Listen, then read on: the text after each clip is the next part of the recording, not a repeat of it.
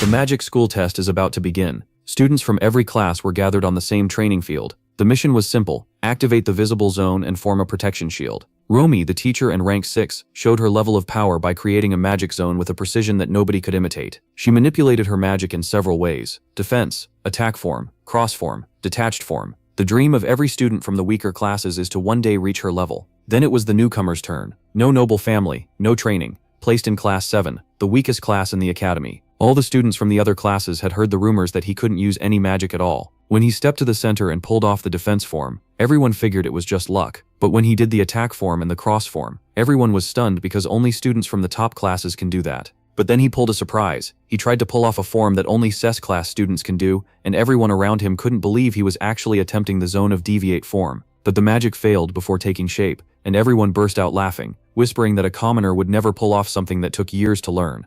What did you say, Nick? The boy stood still for a few seconds and then tried again. This time the energy grew so fast that it exploded in a way nobody expected. On the first day of training, the boy formed a shield with 144 faces, a structure that advanced students spent months trying to create. Everyone started wondering who this boy was, and if he was really a commoner, but what they didn't know is that he wasn't born into a commoner family. He had just been raised as one, because when he was still a baby he was abandoned in a barn where a man found him and raised him as his own son. That child grew up with the name Arian Shiren, and he had only one dream: to learn magic. His father, Arian Vincent, one day took him for the first time to the city of Tormia Creus. While his father handled business, Shiren went to a bookstore to try reading a magic book, but the shopkeeper threw him out the moment she realized he was a commoner. Everywhere he went he was chased down and kicked out of the city. Pretty quickly though, he managed to escape and hide from the authorities. Shiren came out of hiding to grab a shoe that had fallen off, when he heard a word that caught his attention: magic. He pressed his ear against the wall and listened to a magic lesson happening on the other side. When the boy wondered if he would ever become a mage, the old man answered inside his mind that if he wants it, he can do it. The boy was in shock, not understanding how the mage had sensed him. In that moment, the boy made the decision that would change his life forever. When he reached the top of the wall, Shiren froze because it was the first time he had ever seen a magic academy and a mage. When the mage called everyone to class, he didn't think twice. He just jumped over the wall and walked in with the other students. This mage is Miri Alpheus, director of a magic school and a 4th rank mage. The MC begged him to show some magic, since he had never seen any. Alpheus was moved and put on a demonstration. He lifted all the students into the air with wind magic. Shiren was living a dream. When Shiren started falling, he was shaking so hard with fear that everyone burst out laughing. But he didn't care, because he had just experienced something he never imagined possible. But that wasn't enough. Now the MC wants to learn how to cast magic. The old man explains that it's complicated, but Shiren kept pushing until a demonstration happened. A student performed the spirit zone and asked how many stones he had in his closed hand. The girl answered 6, and the MC saw that she was right. What the fuck was that? The old man explains that you need to concentrate as hard as possible, until your mind expands and you can feel everything around you as if it were part of yourself.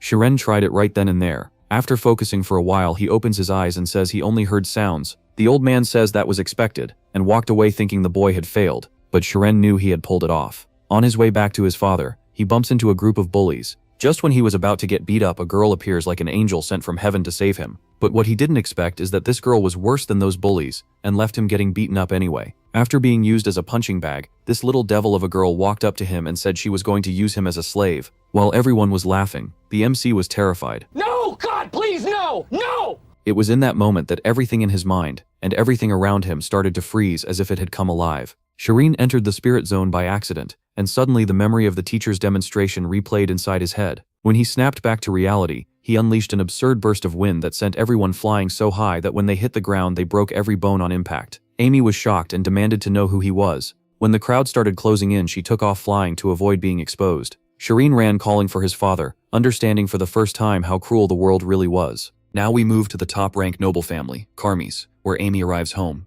She tells her father that a boy beat them. He barely reacts, saying she was only hurt because she probably skipped class again. Amy shrugs it off. She says she already learned everything they teach, and now she's bored. Her father asks when she plans to grow up, because genius or not, she's still too careless. Amy heads upstairs in a foul mood, but his warning, that one day someone will stab her in the back, stays with her. After a moment, she turns and asks if he knows anyone at the magic school. If he does, she wants an introduction. Winter comes and we return to our hero's home. His father asks where he is, and his mother says their son went into the woods to cut trees. That shocks him. It's still snowing hard, so his father goes into the forest to find him. As he walks, he remembers the spring day he first brought Chiron into these woods. Back then, he nearly lost him, and even then he felt something strange was going on. Now our hero stands before a tree, axe in hand. It looks like he's just chopping wood, but he's really trying to repeat the magic he used that day, the power he could only bring out by accident. He can't look into the past with clairvoyance, because he knows too little about magic, but he can still enter the spirit zone. In that state, he can sense everything around him: touch, shape, smell. One glance at a tree tells him almost everything about it. Then he notices a strange glow inside it, though he doesn't know what it means. Still, he swings at that glowing point. He was just following the feeling, but the moment the axe landed, he understood. He could drop a tree in one strike. That had to be magic. His father, watching from behind another tree, had no idea what he had just seen. To him, it was like a bolt of lightning. Our hero thought he'd only gotten lucky, like that earlier day when he somehow landed the perfect hit. But then he understood it wasn't luck at all. It was about finding the exact point, so he kept practicing day after day. He repeated it again and again, waiting for that moment to come back. 3 years pass, and by fall, our hero has grown up. Now he knows you don't truly see with your eyes. You feel. He can cut down a tree with one clean blow. After meditating, he almost forgets to go home, even though 5 hours have passed. Everything around him makes him feel like he's become part of nature. He senses the grove, the worms moving, the roots drinking water. He can hear it all so deeply that 5 hours vanish. Then he remembers the old man's words. If he could do this, he would surely see another world. On that thought, he heads home. Outside the house, he finds a carriage and white horses, so he guesses guests have arrived. Inside, he sees his parents with the butler and chief servant of the Ogent family. The man introduces himself as Tom. Our hero can't understand why a noble's servant is here.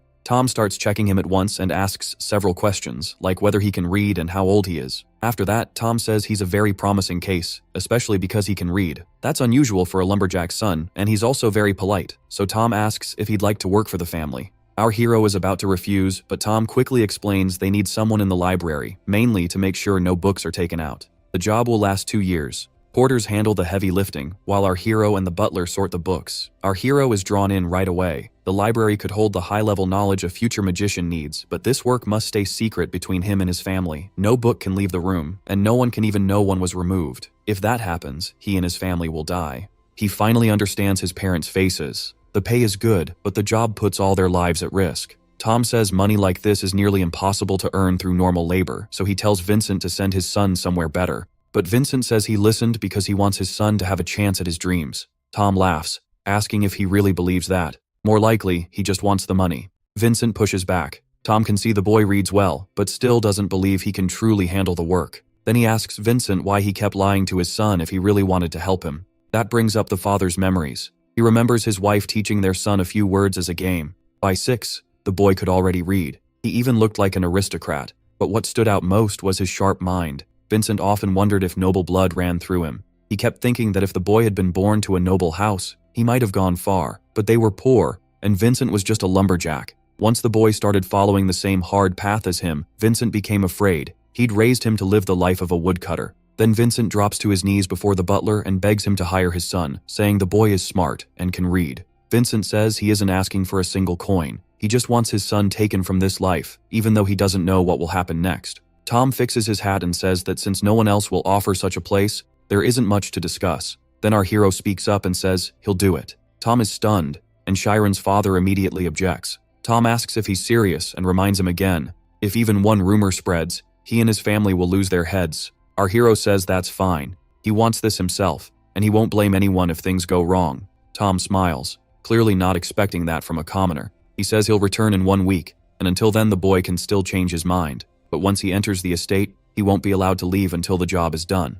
Vincent shouts, asking why he agreed. He thought nobles only wanted people to throw away. Blaming himself, he says he'll take responsibility and refuse for him. Instead, our hero starts crying and smiling, because to him, this is the greatest gift his father could have given. He hugs his father. The two of them cry together, though Vincent's tears come from fear, not joy. Soon, his father says he'll stay and protect their mother. That's his duty as head of the family. He tells his son to come back as soon as he can, because they still need him. At that moment, Vincent wonders if he's finally done something right as a father. A week later, a carriage arrives to take our hero away. At the same time, his father signs the contract, handing him over for the job. The moment he signs, they snatch the paper away and rush our hero into the carriage. The door shuts, and the coachman starts talking. With his sharp awareness, our hero can still sense his parents standing there, crying. He reaches out toward them, but he knows he can't waver now. This is his one chance, and it could save him or destroy him. He has no idea whether he can survive 2 years among people with that much power.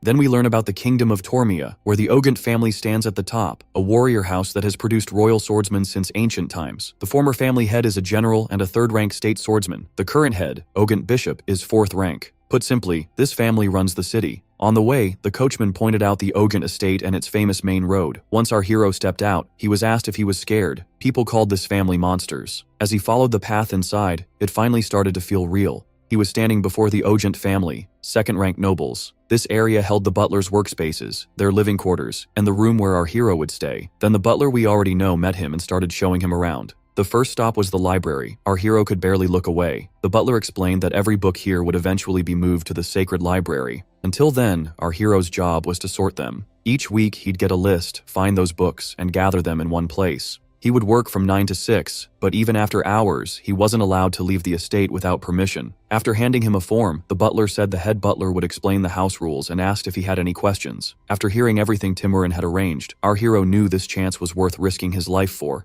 He only had one question. When could he begin? The answer was obvious. Tomorrow. By the next day, our hero was already in a butler uniform, learning that the books had to be sorted by author. The sorting standards had to stay consistent too. That mattered because subjects could overlap. A book on the history of swordsmanship, for example, could be judged in different ways. One person might file it under advanced sword arts, while another might place it somewhere more general. While building the system, our hero realized that all knowledge connects. The key link was history. It's the line that ties everything together. In that way, history becomes the backbone of knowledge. If you understand history well, learning every other field gets easier. Out of 10,000 books, about 850 were about history. To chase his dream of becoming a magician, our hero decided he had to read them all within 2 years. Then he snapped out of his thoughts and noticed the deputy head butler might be coming. Since his reading hadn't been officially allowed, he didn't want to be caught. Timurin simply remarked that our hero was hardworking and asked if he was staying late again. Taking it seriously, our hero stood at once and admitted he was.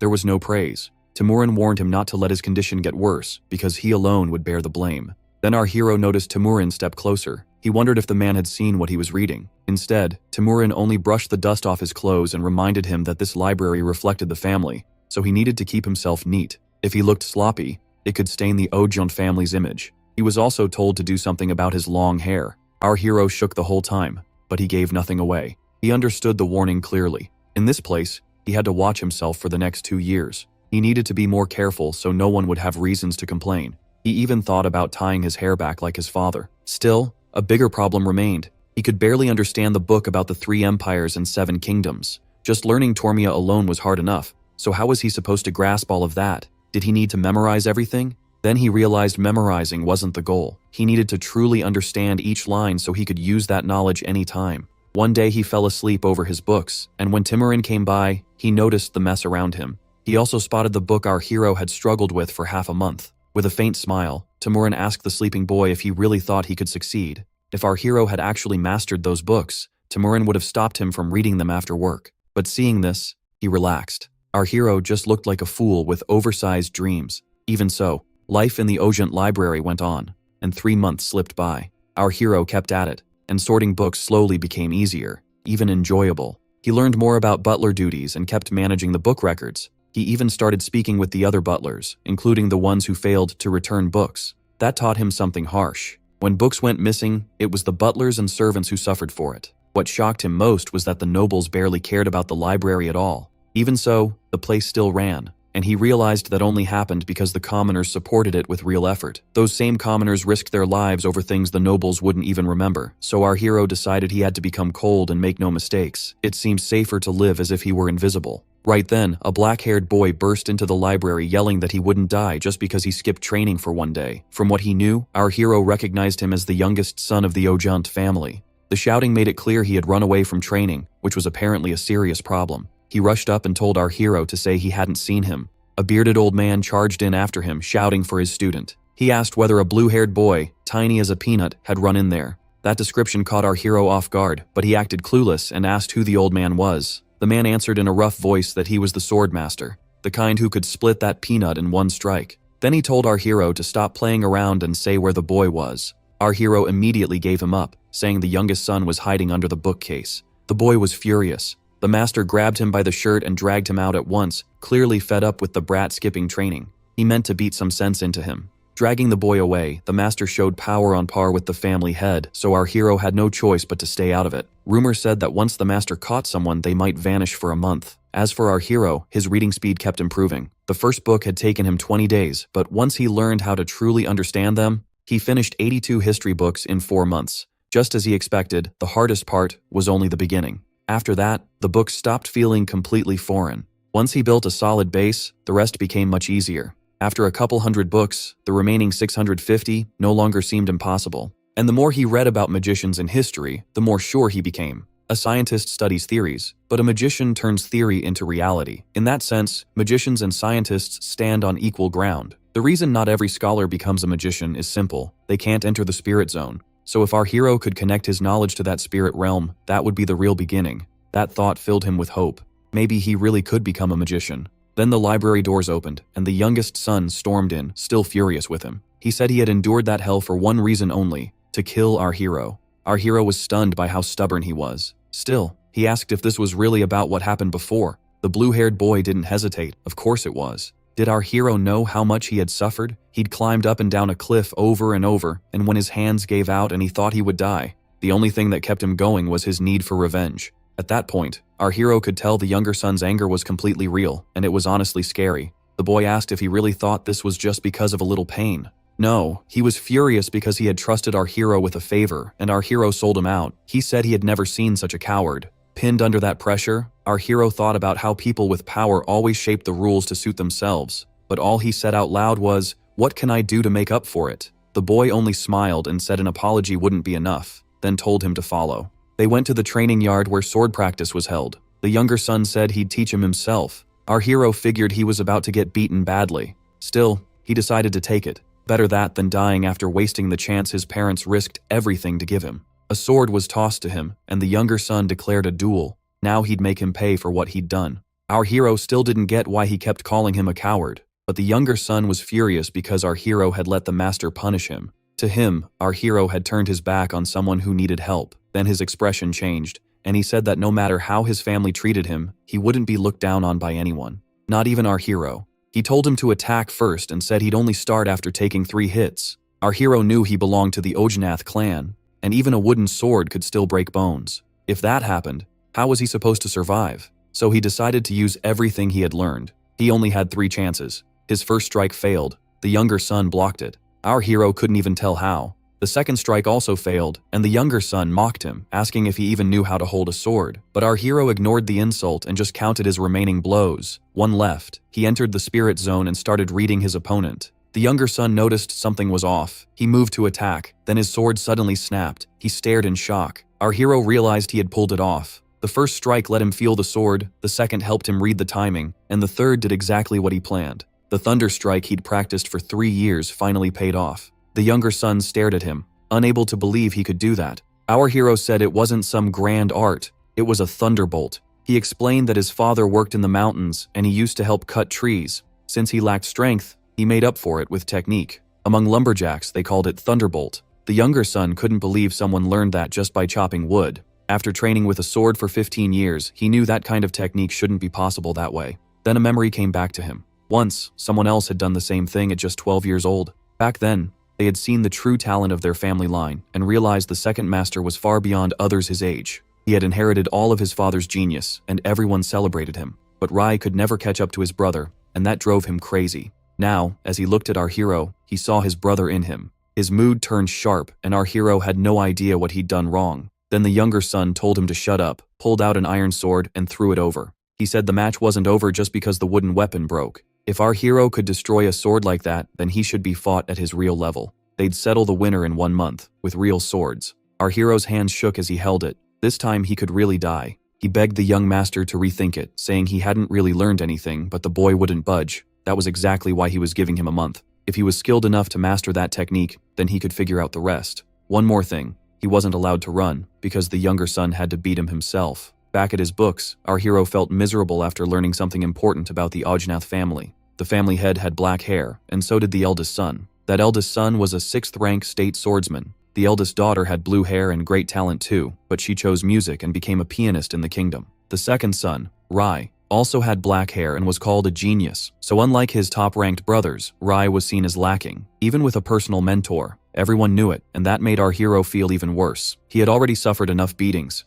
and now he had gone and hit the pride of someone who'd spent his whole life being compared to his brothers. He thought if this had been about books, he wouldn't be facing death. Still, there was no time to sulk. He had to think, especially if he still wanted to become a mage. He'd grown up in the mountains, so he trusted his endurance. If he could at least learn some way to defend himself, he might survive. So he decided to do everything he could. At the same time, Rai kept training and finished his 100th lap. His coach was impressed. The time was even better than before. He asked if something had happened to make him work this hard. Rai snapped back, asking if this even counted as training. He was still standing, so he wanted something harsher. The old man could tell something was wrong. At first he guessed it was about Rai's older brother, but whatever the reason, he only said one thing. If Rai died, it wouldn't be his fault. What he brought out was a diagram Rai had studied for a long time. It explained the spirit zone used by magicians. But this other diagram belonged to swordsmen. Everyone understands their own body, yet a scheme is like the body pushed to its limit. It said masters of it can use every part of themselves perfectly, the complete opposite of a spirit zone. Should he try it?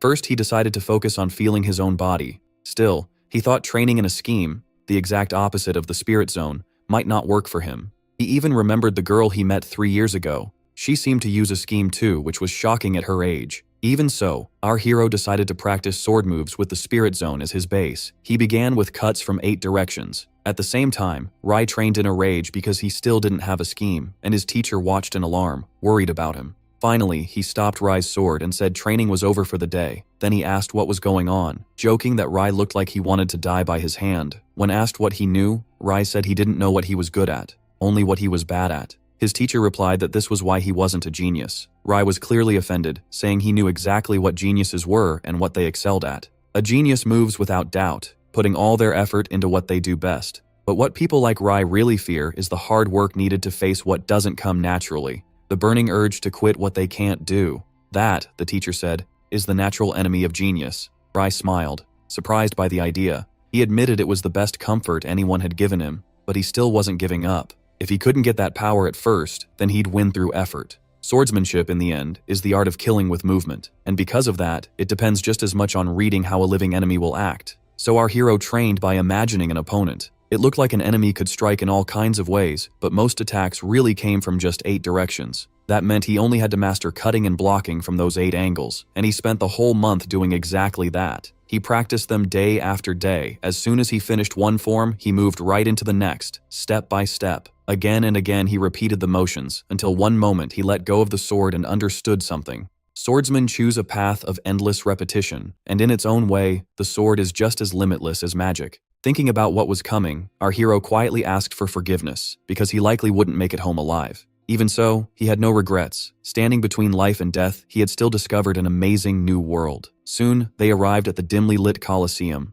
Rai was already there, waiting to start. He only asked our hero one thing. Was he ready? What bothered Rai most was how much our hero had changed in just 1 month. His whole presence was different. Rai had to admit that last time, our hero barely knew how to hold a sword, and now he stood there calm, gripping a real blade before a fight to the death. Ryan got even more worked up and wondered if our hero had the same talent as his genius brother, but he pushed that thought aside and attacked, sure there was no way he could lose. Watching Ryan come in, our hero knew right away the gap between them was real. Even so, he could sense something most people couldn't. He could see the path of the sword itself. Ryan was shocked that his opponent could read his blade at all, and even more shocked that he wasn't scared. Still, our hero kept telling himself that even if he couldn't erase his fear of death, that fear came from a future that hadn't happened yet. If you stop thinking about the next moment, anyone can leap off a cliff. This wasn't just about being ready to die. Our hero was forcing all the fear and rage inside him under control. Ryan's eyes lit up. He wasn't afraid of death either, and he charged straight in. Our hero saw it coming and blocked the strike from the right. Ryan expected that much, but he believed some walls couldn't be beaten with tricks alone. So he pressed harder, swinging again and again with brutal speed and power. Our hero realized his synesthesia let him read the sword, but not fast enough for this. Then Ryan landed a hit on our hero's chest, and blood spread across his clothes. A strange light flashed in his eyes because he knew the next strike was already coming. He flipped away to dodge it and barely made it. Our hero couldn't figure out what he was doing wrong, while Ryan started to smell victory. Seeing our hero so lost, he asked if he finally understood how weak he was. Ogun's sword style was made for training with a great sword, so there was no way he could handle Ryan's heavy blows. Ryan had trained every gift he had, even to the point of breaking his bones, just to gain enough power to tear our hero apart. But to our hero, the fight only felt stranger. If that last slash had really been meant to finish him, Ryan should have followed through from below and cut into his side. Instead, his swings were too wide. That made our hero realize Ryan wasn't good at everything, and didn't understand the sword as deeply as he thought. Ryan relied on techniques, but lacked the insight to use them well. Once our hero saw that, he knew Ryan's real combat level was lower than it looked. So our hero rushed forward again, now knowing he had to change tactics. This time, he took the offensive. Ryan never saw that coming. He couldn't believe our hero was forcing his way toward him. Without noticing it, Ryan had backed him into a corner, yet simple attacks were suddenly hard to block. Our hero noticed Ryan's stamina was almost gone, so he kept a steady rhythm and saved his own strength. Ryan snapped. In front of him stood what felt like another copy of his genius brother, and old memories came rushing back. He remembered that twisted smirk, like he was being told not even to look up at someone so far above him. Furious, Ryan shouted that he would become the greatest swordsman in the world. Then he lunged again, and our hero couldn't tell what he was doing. Was he not thinking at all? But when he looked closer, Ryan's blade had become unreadable, too fast and too wild to follow. Now there were countless possible attacks in front of him. The next strike came so suddenly our hero only caught it at the last instant. The impact was so hard that a sword flew from someone's hand. But it wasn't our hero's sword, it was Ryan's, and he couldn't believe it. At the very last moment, our hero changed his grip and knocked the blow away. Ryan stared in shock, with only one thought left. What exactly is this guy? Our hero was just as stunned. He could hardly believe he'd won such a brutal fight. But winning brought a new problem. This was still a duel with an aristocrat, and after hurting Ryan's pride again, anything could happen. Our hero kept his sword pointed at Ryan, while Ryan hit his own head and muttered that he'd lost again. Then he told our hero to kill him. He wouldn't complain. Our hero asked if he was serious. When Ryan tried to speak, our hero cut him off and asked if he really thought he'd survive after killing someone of Ryan's status. Ryan started to say they had both risked their lives, but our hero shouted back that Ryan chose that risk. He was only trying to survive, and this whole duel had been stupid from the start. Somehow, the blame had been pushed onto our hero from the beginning, just because he didn't want to train. Ryan asked if our hero was saying he had betrayed him instead of showing respect. Our hero had a sharp answer. He said Ryan should think about the position he'd put him in. Caught between the youngest son and the fencing teacher, any honorable man would have never forced a butler into that. He drove it home by asking if Ryan had ever stopped to think how proudly he had stood against his own teacher. Only then did Ryan see how it looked from the outside, and realized he had acted like a complete jerk. Right after that, our hero collapsed from pure exhaustion, nearly dead on his feet. Ryan just stared, confused. Weren't fighters supposed to trade respectful words after a duel? Instead of the cold warrior he'd just faced, he now saw a weak boy who could barely stand. Ryan still believed he was a genius, but unlike his brother, he hadn't mocked him. He had faced him head-on with everything he had. After a pause, Ryan finally asked his name. Our hero wiped away sweat and said his name was Chiron. Ryan introduced himself too. Then Ryan held out his hand and asked if they could be friends. Back in the library, the head butler Ungvo told our hero he had sorted over 7,000 out of 10,000 books. He also praised him for doing so well in his first year. A full year had passed since our hero started working in the Great Ogun Library. With fewer books left to sort, his speed had gone up too. Now he only had 200 books left out of his goal of 850, and since he could read more than 3 a day, the knowledge he wanted was finally close. He had also kept training with the sword and learned more about the meaning of fear. Because of that, he felt his mental strength had grown. He truly believed he could have died that day. It was hard at first, but by refusing to quit, he kept moving toward his goal. Another big change was Ryan becoming his friend and hanging around the library. He stared at the shelves in shock, wondering if his family really owned all these books, and if they had actually read them. To our hero, this place was a treasure, but having a real friend mattered just as much. While working, he told Ryan that of course the library was full of use, since Gale and the other young master came by often. Ryan thought being smart was cool, and after getting closer to him, our hero realized that despite his huge size, Ryan was gentle and sweet. It fit him as the younger son, but when Ryan started tossing books around, our hero turned pale. If even one got damaged, he felt like he was dead. Ryan tried to calm him down. He couldn't understand how a book could matter more than a person's life, and said even if our hero burned the whole library, he'd protect him. Our hero just held his head. Ryan would be easier to like if he kept quiet, but he never changed. So our hero told him he could only feel safe if Ryan stayed still, then asked about his training. Ryan shrugged and said it was just basic practice, so he told his teacher he'd train in the library for a while. Our hero asked what Ryan was waiting for. He was supposed to be training. Instead, Ryan whined that he was just a bored kid. Our hero had already noticed how lazy his friend was getting, and once Ryan started complaining, he never stopped. Still, 10 minutes later, our hero got him to sit down and study. If Ryan came here to learn, then he had to actually learn. Clearly annoyed, Ryan asked if Shirin really needed to read this many books just to become a mage. Our hero said yes. He was still behind since he never had the chance to study before coming to the library. Now he had read over 600 history books and knew almost everything in them. Ryan was stunned. He couldn't understand how our hero read so fast. They were the same age, but Shirin felt way more grown up. Ryan grabbed a book and said he'd read enough already. Just from the preface, it asked who would win, a magician or a warrior. The author had spent his life chasing that answer, but the book immediately wandered off into talk about the shining mountains of Artesian. Then it mentioned a man-eating tree living 6,000 meters up in those mountains. Ryan gave up right there, saying none of this was helping. Our hero snapped and asked why he stopped. He tried to make Ryan keep reading, but Ryan complained the book didn't even have sword pictures. Our hero insisted he couldn't judge it after one page and pushed him to keep going. Ryan still didn't care. To him, no sane person would even set up a fight like that. Then Ryan's older brother walked in and casually said the swordsman would obviously win. Our hero quickly bowed to greet the young master, while Ryan frowned and asked how he knew that. Our hero froze, wondering if his brother had heard everything. They all tensed up, because if a servant was caught speaking too freely with a noble's son, punishment could follow. Ryan pressed him anyway, asking why he sounded so certain. Was it just because he was a swordsman too? Ryan said certain was too strong, but anyone could see it from the way archers and mages stood on the continent. Ryan kept arguing. If they were talking about a real duel, did rank on a battlefield matter at all? Ignoring his brother's attitude, Ryan turned to our hero and asked what he thought. That caught our hero completely off guard. He barely understood what was being asked,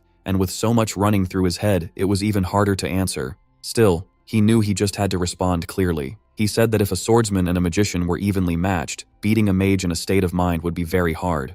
But if the swordsman could strike with full power before the spell was finished, things might change. Ryan cut in with a smug grin and said he was wrong. The swordsman would win, no question. Our hero was shocked, but Ryan already understood his brother was pushing the same idea. Ever since childhood, Ryan's brother loved stepping on whatever mattered to someone he disliked. He went on, saying our hero liked history, so he must have heard of the armor of the 5 gods. Our hero stayed quiet, and Ryan asked if that was the artifact that breaks a mage's state of mind. Our hero pictured it at once. A mage's natural gift is that state of mind, and fighting one in it is like trying to battle sharks in the deep sea. But if something could remove the water, the sharks would lose their edge. Anti-magic did that to mages. If the state of mind couldn't reach that armor, then magic couldn't either. How could any mage fight someone wearing such an artifact? Still, anti-magic was mostly theory, since it was made from dragon heart mana and cost a fortune. Its unstable nature made it even harder to perfect. Even Yakra, master of the oscillation equation, only brought the armor of the 5 gods to 65% of its full power.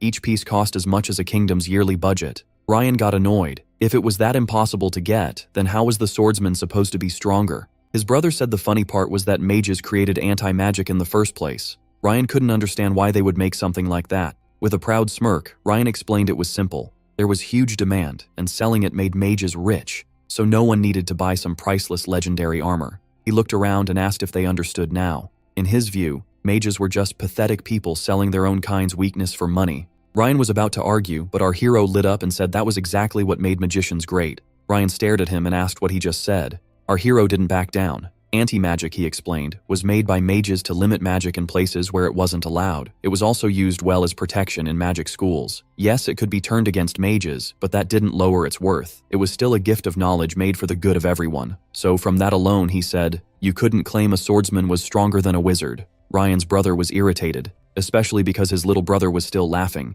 He spun around and said ideals and reality were different. In real combat, a magician still couldn't beat a swordsman. He said it only because he refused to lose. And after he left, Ryan and our hero burst out laughing. Our hero joked that during that whole talk, he honestly thought he might die. Ryan was thrilled. Shirin had made his brother look worse than anyone ever had. He laughed and said if our hero's tongue were a blade, he'd be the best swordsman alive. For Ryan, the whole thing felt refreshing. Maybe ideas and reality were different, like his brother said. But a curious mind keeps going, even when it has to test its own weak spots. Could that kind of intelligence really exist to bring peace to the world? 6 months passed after that. Then the head butler said the work had finished much faster than expected. The library had been sorted 6 months ahead of schedule, and even books ignored for 20 years were now perfectly organized. Another butler asked if Timurin regretted letting such a good worker go. Maybe they could have found some excuse to extend his contract, but Timurin brushed that off as nonsense. Even so, he thought about our hero sitting in the library and realized it's easy to close a book,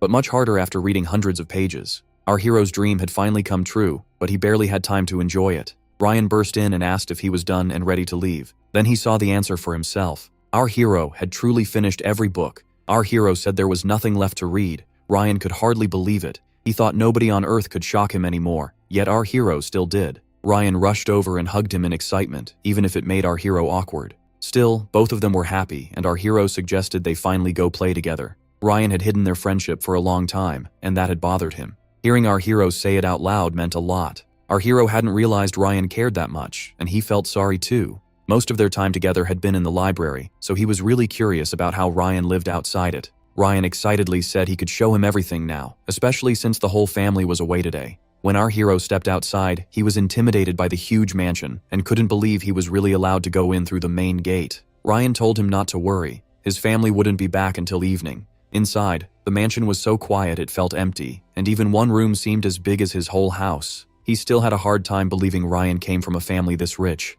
Ryan's room was at the end of the hall, and it was the smallest one there, more like a plain little training room than a noble's bedroom. The two spent their last bit of free time playing cards together. Ryan hated losing and started to wonder if our hero was using his special state of mind to cheat. But our hero explained it was simpler than that. Ryan always gave himself away. Whenever he drew an ace, he pushed the card forward a little, and his face made it obvious when he had a pair. When Ryan asked how he noticed so much, our hero said, "Observation works best when you don't lock onto one thing. If you watch the whole person instead of one move, you can guess what comes next." Ryan's head felt ready to burst. From all that information and from losing again, he wondered if awakening his own scheme would help. Our hero encouraged him, since that was what helped him enter his own state of mind. Still, Ryan kept bouncing between understanding everything and understanding nothing. Then our hero spotted a novel by the window. He wanted to read it, especially after spending so long stuck with plain history books. But when he turned back, Ryan was already asleep at the table. He must have been exhausted. Our hero checked the time and wondered when the family would return. Then he heard a piano. After a moment, he remembered there was only one person in the house who could be playing. It was the court pianist, Rena Ogent, Ryan's older sister. She turned and asked what he thought of the sonata. He froze, hoping she hadn't noticed him. Once he stepped in, she asked if he was new, and he explained he'd been sorting books in the library for a year. From her reaction, she already knew him by rumor and had heard he was smart for his age. Then she asked if he had ever played piano before. Our hero stayed cautious. A real expert was in front of him, and Ryan had called his sister the most dangerous person on the estate. Then she invited him over to sit beside her so she could teach him. He could barely believe she really meant next to her at the piano. She told him it was fine. No one would dare scold him if she gave permission. Seeing how firm she was, he knew he couldn't politely refuse. And honestly, when else would he ever get a chance to sit at a piano? She started teaching him the notes and how they worked. She showed him which keys to press and in what order, and he listened closely. He enjoyed it so much that she even praised him. After a while, he asked if he could try. She reassured him that everyone starts out badly, but the second he touched the keys, she realized his hand position was completely wrong. Even so, he played with total confidence. She almost stopped him, thinking he was doing everything incorrectly. Then she hesitated, because despite all that, the melody sounded nearly right, like he was copying her whole performance by ear. Our hero was using his zone, and with each note he adjusted and got better. She couldn't make sense of it. This wasn't normal practice at all. Somehow, he grasped the whole idea almost instantly. She even started wondering why someone like him was working as a butler in the first place. Noticing the way she looked at him, our hero stopped at once. He thought he had gone too far. Right then, a voice behind him yelled for her to stop playing. The speaker was annoyed. He had only just managed to fall asleep, and she started playing the moment she got back. Our hero turned and saw his friend Chiron, who immediately asked what he was doing there. His sister looked surprised that they knew each other. Our hero wanted to deny it, or at least avoid the topic. But Rian cut in and openly called him his friend. Our hero had tried to keep that hidden, yet Rian brushed it off and said even if his sister was a wicked witch, she wouldn't care about something like that. Our hero couldn't understand how she could not care. Then she stepped in and calmly said there was nothing wrong with it. If her brother called him a friend, then that was enough for her. She added that her brother might be pitiful, but he takes responsibility for his words. Then she asked our hero what he had been thinking about while playing. Her question caught him completely off guard. Everything he thought he understood about nobles for the last 16 years was falling apart. She didn't mind her brother being friends with a peasant, and that shocked him so much that he asked Rian why he had called her a nasty witch when she seemed kind and beautiful. Rian instantly broke into a cold sweat and looked like he was staring at a monster ready to swallow someone whole. Still smiling sweetly, the older sister said her little brother was a bit hopeless, so she was glad he had a friend like our hero. Rian then nervously asked why she didn't just take him into the family since he was so cute. She stared at him, surprised he was acting close enough to offer her away like that. Rian quickly tried to backtrack and act like our hero was the one in danger, not her. Too late. She grabbed him by the neck and slammed him to the floor for speaking that way to a lady.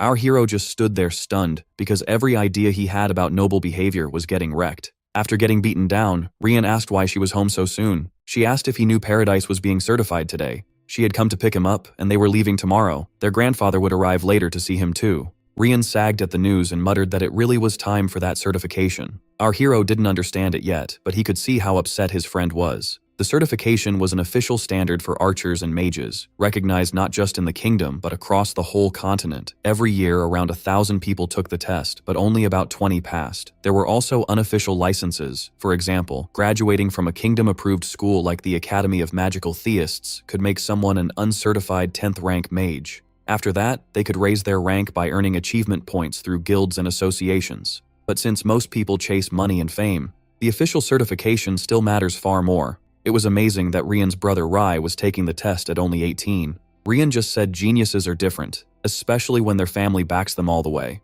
His sister didn't tease him about it. Instead, she told him to stay strong, patted his head, and said she was going to make dinner herself since seafood had arrived from the king's palace. Before leaving, she smiled at our hero, said it was nice meeting him, and asked if they would see each other again. He was completely taken by her and started wondering the same thing. The problem was that he was leaving the mansion tomorrow. Then he asked Rian if his sister had a boyfriend. He instantly tried to cover it up, saying it didn't matter and he was only curious, then begged his friend to forget he asked. But Rian was already grinning. He took off at once while our hero dropped to his knees, begging him to stop. Our hero chased after him down the hall thinking Rian had looked depressed a second ago, and now he was full of energy again. Rian ran to the stairs and shouted through the whole mansion, asking if his sister had a boyfriend. Shiren immediately tried to shut him up. The servants were left confused, trying to figure out what they were yelling about. His sister, though, calmly told everyone not to mind them. She said they were just kids messing around, then told the staff to prepare the fish and head to the kitchen. But someone else had been watching the whole scene. A strange man asked whether Rian had any guests scheduled and who the young boy was. He was told no visit had been planned, which made it even stranger. The chief butler said he remembered the boy, and Timorin ordered that he be brought to the office. Later, Rian was out in the woods training. He said he'd only practiced for 10 minutes. His teacher was glad to see him training again, especially after such a long break. The last time, Rian had lost interest almost right away. The teacher guessed that if Rian got into the palace, his attitude towards studying would change. The only real issue was his scheme. Then, while Rian was distracted, the butler rushed over and told him to return to the palace. Rian asked who wanted him. If it was his sister, she could do whatever she wanted. But the butler said his sister sent him with urgent news. His temporary butler, Shiren, was in danger. He might be killed. Rian nearly choked on his water. He couldn't understand it. Shiren was supposed to leave today. The young butler only knew that Chief Butler Lewis had sent a report to the family head, and the mistress said it all had to do with Rian. Shiren changed clothes right away and prepared to head back to the mansion. His master stopped Rian and asked what was serious enough to make him rush off like that. Rian didn't hide anything. He said his friend Shiren, the butler, had likely been discovered by his father. He told his teacher his father might forgive it if someone spoke for him, and promised to come back and keep training later. His master refused. By then, Shiren was already in the hall, kneeling before the head of the family, who declared that he would be executed. No one there understood how things had gone this far. Still, Timorin pitied him. He should have known there was a line he could never cross. His sister tried to speak, but their father shut her down. Too many servants, and even the chief butler's report, said the boy had acted too freely around Rian. So the family head asked Shiren if he had read the contract. If he had, then he shouldn't object. Still, was there anything he wanted to say? Shiren lifted his head and asked one thing. If he was the young master's friend, what would happen to Rian? The servant stared at him in shock. Why wasn't he begging for mercy? Even the sister was stunned that, in a moment like this, he was worried about Rian. The chief butler hated that answer. He called Shiren a fool, like all commoners, and asked what could possibly happen to a noble for associating with him. But Shiren stayed calm. He said it plainly. Rian was his friend. They had been friends for a year, and that wouldn't change. The family head couldn't understand why he was so calm, and took it as disrespect toward the Ogent family. He ordered the chief butler to deal with Shiren quietly and make sure no one else learned what happened. His daughter tried to object, but he cut her off. Shiren had confessed, and the matter was settled. He made it clear that the choice was final. There was no turning back. A lot of the butlers wanted to help Shiren, but they knew they couldn't step into noble affairs. This house was their whole life, and to protect it, Even small conflicts had to be removed. It may have seemed cruel now, but they believed people would one day understand the choice. Then Rian burst into the hall.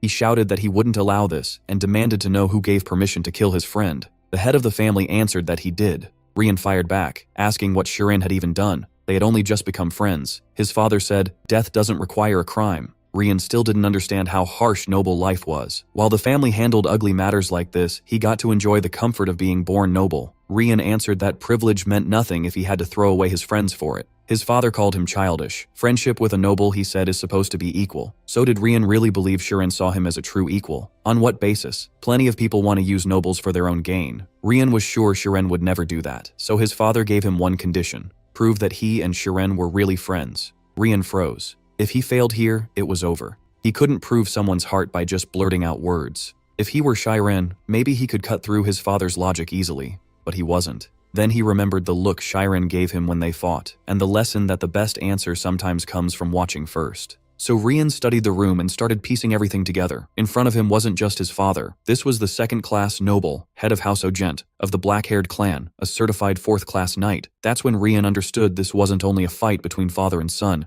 It was a duel, and in that moment, he reached for his sword. 30 minutes earlier, Rian had begged his teacher to let him go because his friend might be killed. His master asked if he meant the boy from the library. Then the teacher said the boy was only a commoner. Rian was stunned. He never expected his master to think the same way as the others. After all, they were the ones who said that crossing swords with someone could lead to real friendship. His teacher then asked what mattered most to aristocrats. The answer was simple: remove anything that harms the family's name. Did Rian really think he mattered as a friend when, in their eyes, he was worth less than a bug? His master reminded him how much pressure nobles live under and told him not to ask him to solve this problem. But Rian couldn't stand aside. He was the one who asked Shirin to be friends, and more than that, he didn't want to be a coward. His master saw how serious he was. He knew his student was honest, even naive, but feelings alone would never make him a great swordsman. That was exactly why he believed in him. So he held out his sword and told Rian to take it. He would let him go, but if Rian wasn't ready, he shouldn't take another step. Rian accepted and said he would never forget this.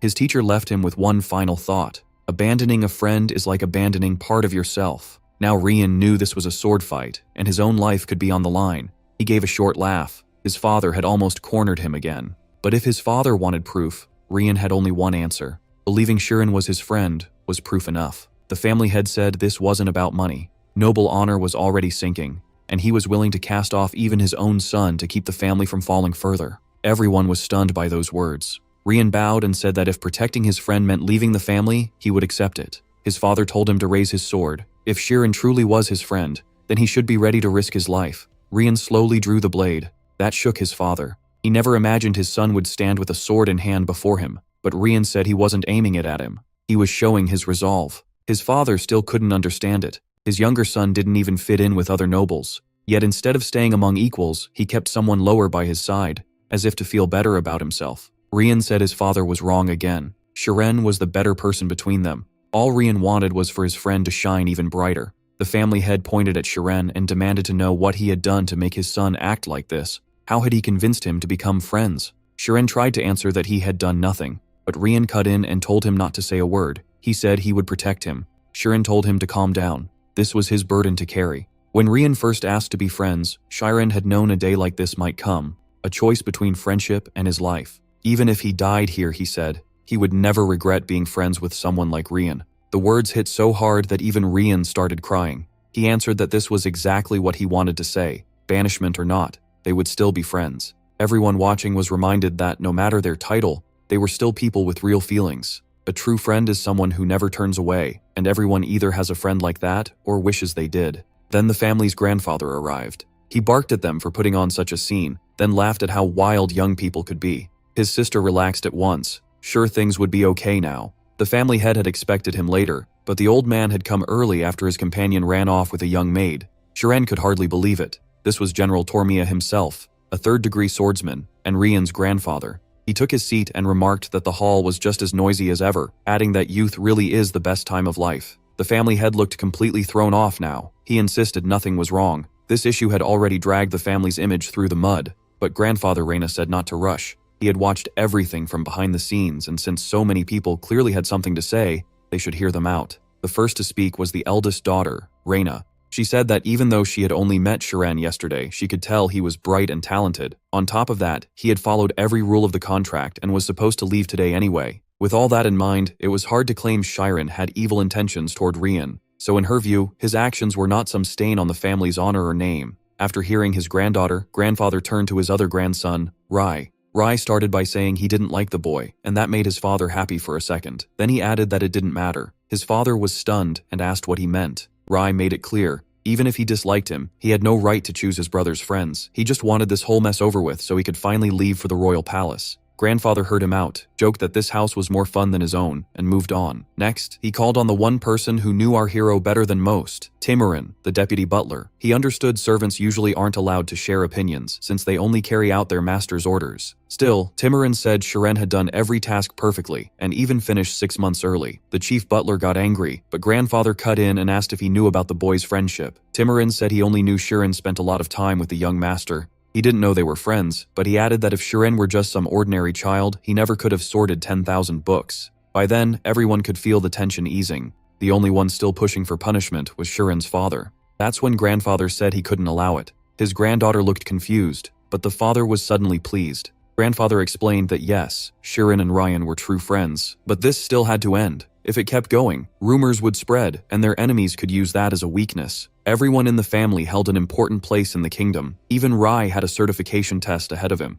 Grandfather said a family this big carried heavy burdens. He called Chiron a smart boy and said he should understand. Then he looked straight at his grandson. He could tell Ryan was serious. Still, grandfather said he didn't yet understand how much weight came with countless lives depending on a family like this. Then he asked Chiron what he thought. He knew our hero had taught Ryan what real friendship was, but could he end it here? Chiron answered that he couldn't. That shocked everyone. Chiron went on. If he truly became a burden to Ryan, then he would never see him again. But that still wouldn't stop him from calling Ryan his friend. They were friends, and with that in mind, he would obey whatever they decided. Ryan was hurting. Even if Chiron survived, losing him would still break him. Deep down, he knew leaving his friend would be like losing part of himself, so he refused to accept it. He drew his sword, and his sister yelled for him to stop. Too late. He drove the blade into the floor and declared that he, Ryan Ogent, third son of the Ogent family, would become Chiron's sword from this day on. His father shouted that his son was a complete idiot. The oath of knighthood dated all the way back to the founding of the Kingdom of Tormia, during an age when nations fought endlessly over land. Atholphus I, the strongest among them, united those lands and built Tormia. But the new kingdom still had to deal with powerful neighboring states, so defeated kings were allowed to keep ruling their territories, and from that came the famous Knight's Oath. In exchange for swearing to serve only one lord as that lord's sword, they were granted noble status. That was how the nobility began. So taking this oath was no small thing. Everyone was stunned. Ryan, though, looked satisfied. Now no one could make him take it back. Our hero rushed over and asked what he had just done. Grandfather stayed serious. If Ryan truly meant he would be Chiron's sword, then what exactly was it about our hero that inspired that kind of loyalty? What made Chiron shine so brightly in Ryan's eyes? Ryan smiled and answered that a sword doesn't judge, it protects. Grandfather burst out laughing and said that maybe fools need to go that far if they want to grow. Then he smirked and added that Ryan talks big, but his sword skills are awful, so he almost felt bad for Chiron getting stuck with him. At last, Grandfather stood and said enough. What was done was done. Even if Ryan wasn't the finest sword, Grandfather said, he would never turn that blade on Chiron. He asked our hero to look after his grandson, and Chiron thanked him for accepting this. Grandfather added that now that the two were bound like this, he couldn't just let it pass. He ordered the chief butler to bring Chiron's parents to the mansion. Our hero said that really wasn't necessary. Ryan told him he hadn't done it just because they were friends. Unlike his brother, he said, he knew how to recognize someone who draws people in. That was why he was willing to bet his life on a person like our hero. Chiron turned red. Those huge words again. Feeling the pressure, he muttered that Ryan would need to train a lot harder if he planned to protect him. While they were talking, Ryan's sister came in and asked if it was true her brother had lost a duel. Then she noticed him on the floor. Ryan barked at her to leave too, but our hero said she had helped them a lot this time. Ryan asked what their father and grandfather were doing now. She said things were complicated because of the Knight's Oath, and the adults were trying to figure out what to do next. Still, their father wanted to send both of them to the Kaizen Swordsmanship Academy, since Ryan had already said our hero had talent with a sword. Shiren was shocked, but she said he was practically family now, and she'd already told them about his ability. It seemed the whole family wanted Shiren to outdo Ryan. Ryan yelled that he was being sent to school right when he could have spent all day playing with Shiren. While his sister hit him for that, He blurted out that Shiran would become a mage because he had awakened the spirit state. She froze, then started thinking hard. Had her brother really sworn himself to a future mage? Wouldn't that make a swordsman look weaker than a wizard? Ryan's only answer was to tell her to get out. Then it clicked for her. During their last fight, our hero had used the spirit zone. That was why he won. He could read and predict every attack. She praised that trick highly, saying even she never would have expected it. Our hero wondered how that was possible, and she told him he was amazing. She'd learned at school that the stronger your focus, the stronger your spirit zone, and reaching that level while holding a sword was incredible. Shiren just stood there confused. Both Ojins could tell that if our hero stayed this awkward, he'd never get a girlfriend. So his sister broke the silence and said she'd talk to grandfather. After all, Shiren's future now depended a lot on whether Ryan would attend sword school. Ryan jumped up and asked what would happen to his old teacher. His sister replied that Master Keat already knew everything. Because of that, he had decided to end Ryan's training contract tomorrow and give his farewell speech in the morning. Ryan couldn't believe it. For all he knew, the teacher might already be gone. Just then, the butler entered and announced that the family had arrived and were waiting in the hall. The head of the house added that our hero could go see them now if he wanted. Shiren lit up and rushed off at once. He moved so fast the butlers on the stairs begged him to slow down. He barely heard them, and even asked them not to speak to him like some noble since he was still just a peasant. They replied that they weren't allowed to do that and could be punished for it. Shiren only smiled and said he wouldn't tell anyone. He opened the waiting room door, saw his family, and ran straight into their arms. Looking at them closely, he noticed how thin they seemed. They must have spent the whole night worried he wouldn't come home alive. His mother, crying, insisted that she and his father had been fine and had plenty to eat. Then his father asked why he hadn't come home sooner if his work was already finished. Was the family keeping him there on purpose? Shiran quickly said it wasn't like that at all. They had simply offered him a great chance. When his parents didn't understand, he told them everything that had happened. They were stunned. Just from working in the library, their son had found a friend who gave him a knight's oath, but his father still needed to hear it clearly. Was this really true or some kind of terrible joke? Was someone mocking them? Shiran firmly said no. Every word was true. His father immediately grabbed him in a crushing hug, saying he knew no one stayed the same after entering a noble house.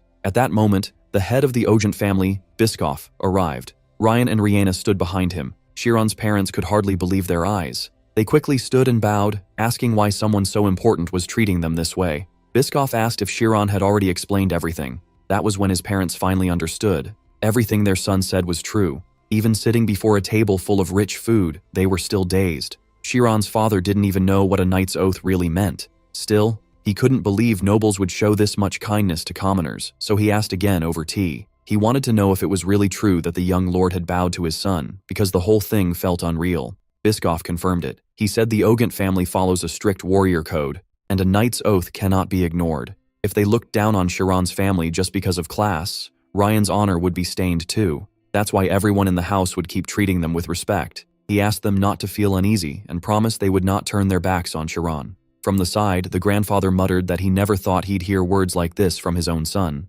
That only made Shiran respect the Ojant family more. Taking in a peasant was already a lot, but Biskov chose honor over pride and never tried to scare anyone. Then Biskov cut to the real point. Shiran can already use the state of the soul. He explained that this power doesn't come from effort alone. You have to be born with that gift, and since Shiran wants to become a mage, Biskov said he would help him get an unofficial magic license as soon as possible. He even thought Ulfius Magic Academy, one of the kingdom's top 5 schools, would suit him. He hadn't expected Shiran to go that far, but with his new standing, refusing would be foolish. To meet the Ojant's standards, he should attend. The grandfather, clearly tense, asked what that would mean for a lumberjack's son. The answer was simple. If he finished there, he could become a wizard. Shiran's father was stunned, but Shiran could only think about the academy. There was still one huge problem. Magic schools were for the elite. Commoners simply didn't get in. So Ryan's grandfather gave the only answer they had: adopt Shiran. His father froze, and they explained this was the only solution the family had found after discussing it together.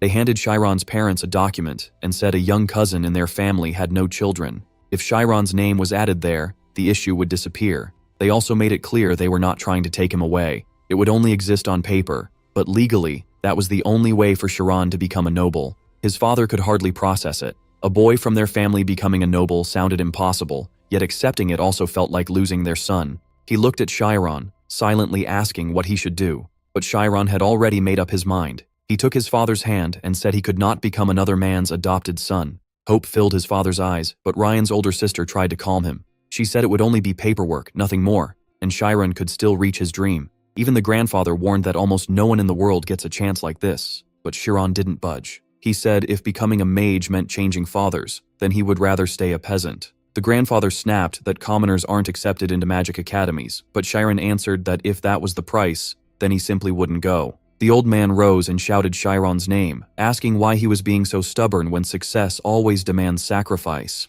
If he couldn't give this up, then was his dream really that important? Chiron answered that if that was true, then the dream itself didn't matter. It came from his parents. They were the roots that taught him to read, and his dream was just the fruit that grew from what they gave him. Everything he had began with them. One chance in front of him could never outweigh all the chances his family had already given him. Giving them up would be like drying out and dying. He was thankful for the offer, but the only parents he had were the two standing beside him. The whole room fell silent. The grandfather couldn't tell if this came from morals, guilt, or something else. Then Chiron's father suddenly said they should go ahead and adopt him. The grandfather objected at once, saying Chiron's own feelings had to come first. But then Chiron's father said something nobody expected. Chiron was not his real son by blood. His mother was shaken that he said it out loud, and Chiron was confused too. Vincent went on. He said he and his wife had never been able to have a child, and then one day, Chiron came into their lives. He always believed the boy must have been born to nobles. A child that fine didn't belong to a man like him. But joining another family wouldn't erase where he came from.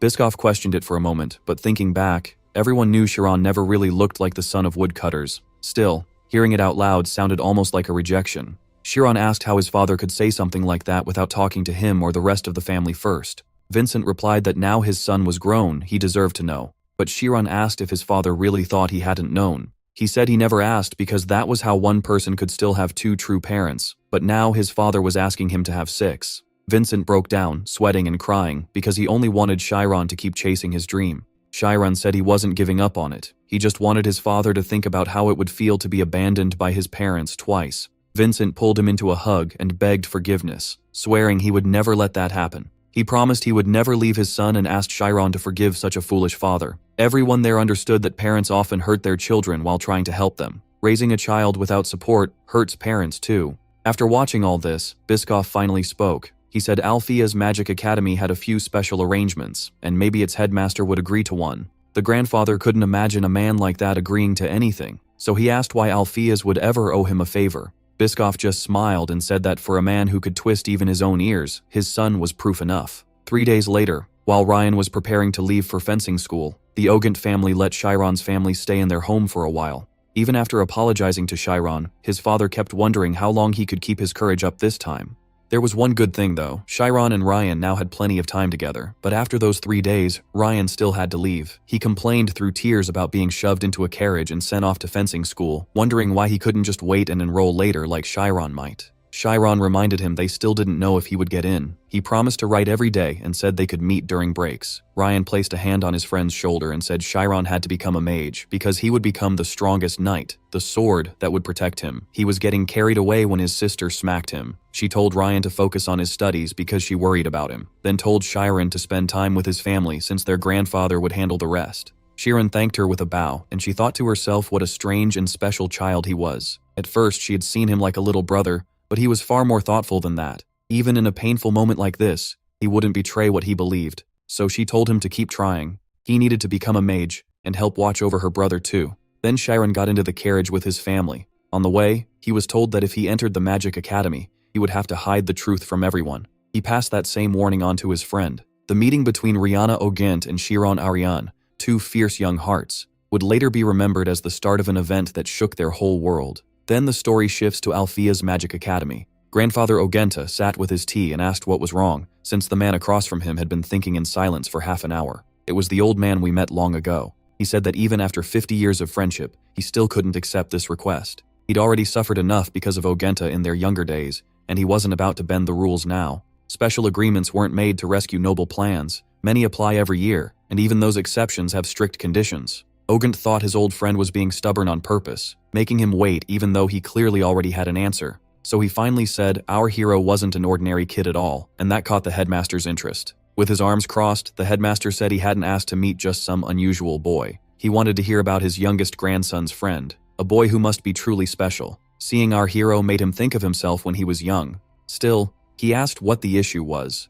If the boy was that gifted, why wasn't he applying on his own? There had to be a problem. Ogent went quiet, then admitted there was one, and it was a big one. The boy wasn't a noble. That instantly changed the headmaster's face. He stared at Ogent and asked if this was the blonde boy with blue eyes. From Ogent's point of view, all his thoughts about our hero came rushing back. He had first seen him as a clever kid who knew how to sway adults, but when Ogent offered to raise his status, the boy refused. Ogent even laughed, asking what kind of person would turn down the chance to become a noble. But the headmaster understood right away. Our hero was someone who truly grasped cause and effect. Ogent knew most people never understood that, and that was why they lost their way. New chances can come, but once someone throws away their beliefs, they can lose everything. Our hero would never abandon what he believed was right, and that reminded them of their younger days. The headmaster thought people like that are dangerous in a way. Some will praise their convictions, while others will hate them for the same reason. He fell silent for a moment, remembering the past. Then Ogent asked if that meant he still hadn't forgiven himself. He tried to comfort him too. After guiding so many talented students, wasn't it time to let that guilt go? But the headmaster said Ogent was right, even if he was arrogant. He taught children so they would never become like him. So if our hero really resembled him, there was no promise he wouldn't end up on the same terrible road. Ogent answered that his friend Alpheus had been a once-in-a-century genius. People called him the light of the Milch family, but one wrong step nearly ruined his life. He managed to come back from it, though Ogent still couldn't believe that man had ended up as an old headmaster out here. The headmaster shot back that he never expected Ogent to start helping the heavens either and make himself look like an official third-rate fool. He even joked that he was worried for the future of the kingdom of Tormia. The headmaster laughed, and Ogent asked if this might really be fate, since even he knew the boy. After all, the child who had vanished 4 years ago had come back. The headmaster said he didn't believe in fate, but it was true that the boy's talent had been blocked by his birth and pushed onto a different path for 4 years, and now that same boy was standing right in front of him. If that wasn't fate, what was? At last, the headmaster turned to Ogent and said he would accept Shirin. Then spring came, 3 months later. Now 17, our hero was getting into the carriage and saying goodbye to his family. He asked how he looked, and everyone seemed happy with him. Then his father coughed and asked if he hadn't forgotten something. Shirin, now 17, joked that he wasn't going to kiss him, but his father was serious. When Shirin still wouldn't do it, his father kissed him on the forehead and told him he'd do great. He said it because he believed in him. Shirin then asked if everything at home would really be okay, since the family head had offered to find them a house in the city, but his father was proud to be a hunter and said he'd manage in the mountains. He'd already accepted that even if he refused Ogent family support, they'd force help on them anyway. Shirin had thought getting into the magic academy would be huge news for the whole village, but his father told no one. Shirin understood why. His father didn't want to feel like a burden. And with that, his first day at the Academy of Magic began. Getting out of the fancy carriage felt a little awkward for him, but Timorin told him they had arrived, so it was time to step out. Shirin got down and saw the Ophius Academy of Magic before him. Timorin told him his own job was to cover the tuition and school supplies. Shirin's only job was to study hard. Shirin thanked him, but the butler tried to brush it off. Even so, Shirin bowed and said he had to thank him now, from the bottom of his heart.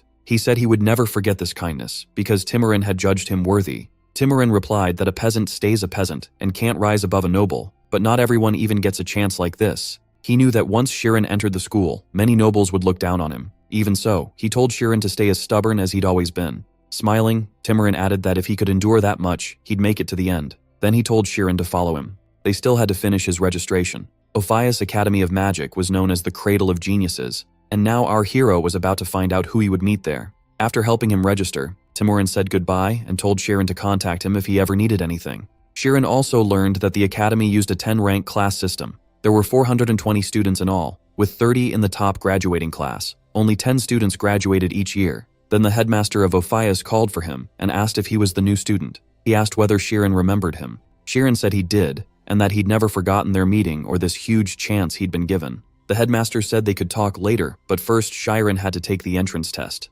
Shirin didn't know what kind of test he meant, but the headmaster said it wasn't hard. It would only decide which class he should enter. Then he asked if Shirin could enter the spirit zone. Shirin answered at once that he could. The headmaster looked uneasy, since the boy had opened it on his own. He couldn't help thinking how different Shirin's life might have been if he'd had this chance from childhood. Still, it was late, and Ophius would have to teach him the basics. Since the entrance hall would soon be full of children, bringing him in too early could hurt Shirin's reputation. So the headmaster came up with another idea and asked if he wanted a quick tour first. As they walked the halls, Shirin noticed strange things, but the headmaster drew his attention to the classrooms. He explained that beginners studied in the lower ranks, from 10th class up to 8th. Shirin couldn't stop staring at all the students using magic. But the headmaster said the next place was a little different. They moved on to the higher classes, ranks 7 through 4. The mood there felt completely different. The students, around his age, were deep in excited talks about energy and the state of their points. Shiran had no idea what they were talking about, and it scared him. It was like everyone spoke the same language except him.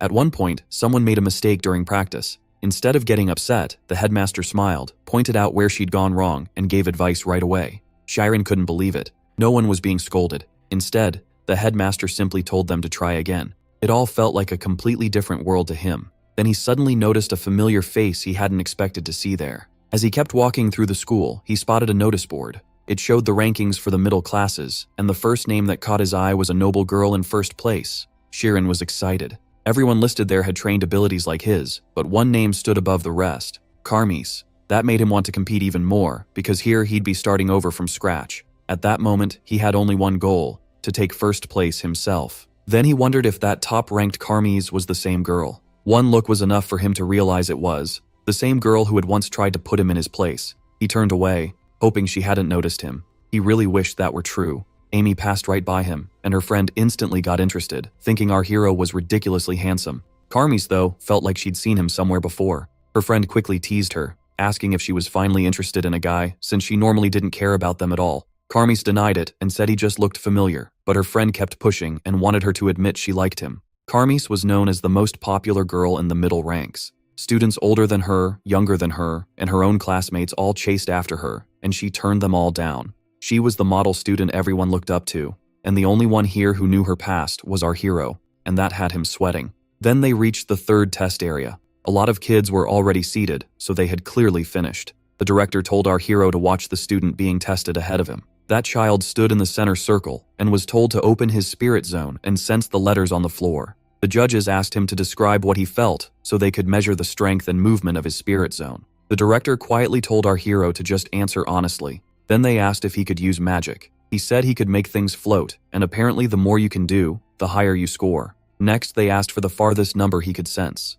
He answered 6, which shocked the teachers. The principal explained that this number showed the diameter of the child's spirit zone. After that, they asked what color he felt most strongly, and he said red. That made him a divergent type, meaning his spirit zone was unusually strong for his age. They kept going, asking about distance, shape, and temperature. His answers amazed the teachers, and it seemed this year's students were impressive overall. Then it was our hero's turn. The principal encouraged him not to panic and to do his best. The teachers watched him closely since he was the boy admitted through special selection. Still, many of them thought he was an odd choice because 17 was late to start. He had also come in under the Ogent family name, which made him seem even more suspicious. Most of them believed his talent had been found too late and that he'd be crushed at this school. When they asked if he could use magic, our hero admitted he couldn't. He had never learned. That immediately put one teacher on edge. Even without training, shouldn't he know at least the basics? The headmaster understood the reaction. Magic comes from knowledge shaped in the mind, and noble children grow up learning enough to use it naturally. Our hero never had that chance. Then they told him to step into the same circle and activate his zone. The moment he did, he noticed all kinds of things that had been hidden before. They asked him for the farthest number, but he stayed quiet. Everyone assumed he was embarrassed, and even the director reminded him to be honest. They weren't comparing him to anyone, just trying to place him correctly. Our hero finally said he could sense the number, but it was so far away he couldn't read it clearly. They told him he had to say it so they could measure him, but he explained that wasn't the problem. He could feel the number, yet it kept getting bigger every second. A teacher said that could happen and told him to start with the first digits he could make out. So our hero said the row started with 314. The teacher quickly replied that no such number should appear and asked if he was sure. He was. Then the teacher realized it might be possible. In rare cases, the number starts showing pi, which happens when the zone is too large for the test scale. That meant our hero's spirit zone might be over 30 meters. Next, they asked which color he felt the strongest. Shiran answered, blue. That shocked everyone even more. Now the director finally understood why his friend had pushed so hard to get our hero admitted. At the same time, he wondered in horror if there was even a class level for talent like this. One teacher then asked how many spheres were floating around him. Our hero started to count with his eyes, then realized he could simply feel them, so he answered, 867 spheres. The principal turned pale. He understood just how dangerous this might be. Another teacher asked how cold he felt. Our hero answered right away that he was freezing. His values were far beyond normal, so they asked him to step outside calmly. The teachers needed to meet and decide where to place him, along with the others who passed. But the second he left, the room exploded into discussion. None of them could process how a 17-year-old could have a spirit zone wider than 30 meters. Its size was already beyond the test's limits, and his concentration was 86.7, without any boosting skill. One teacher even compared him to a monk who had trained alone in the forest for years. Still, Another teacher who disliked him argued it had to be fake. A boy who knew no magic giving those answers sounded impossible. Maybe he had just thrown out random numbers, but the purple-haired teacher shut that down. There was no reason for a student to lie in a placement test, and the teachers themselves had forgotten that pi appears as an error code, so they agreed our hero wasn't ordinary, and he clearly wasn't doing this for attention. Just then, the principal came over and asked where they should send him. One teacher said 6th grade is still theory, while magic starts in 5th. Since his spirit zone was already so developed, she recommended 5th grade. This was Sina Oliver, a certified 6th rank mage. Another mage, Ted, objected at once. He argued that our hero was still a 17-year-old who knew no magic, so placing him there would be too much for him.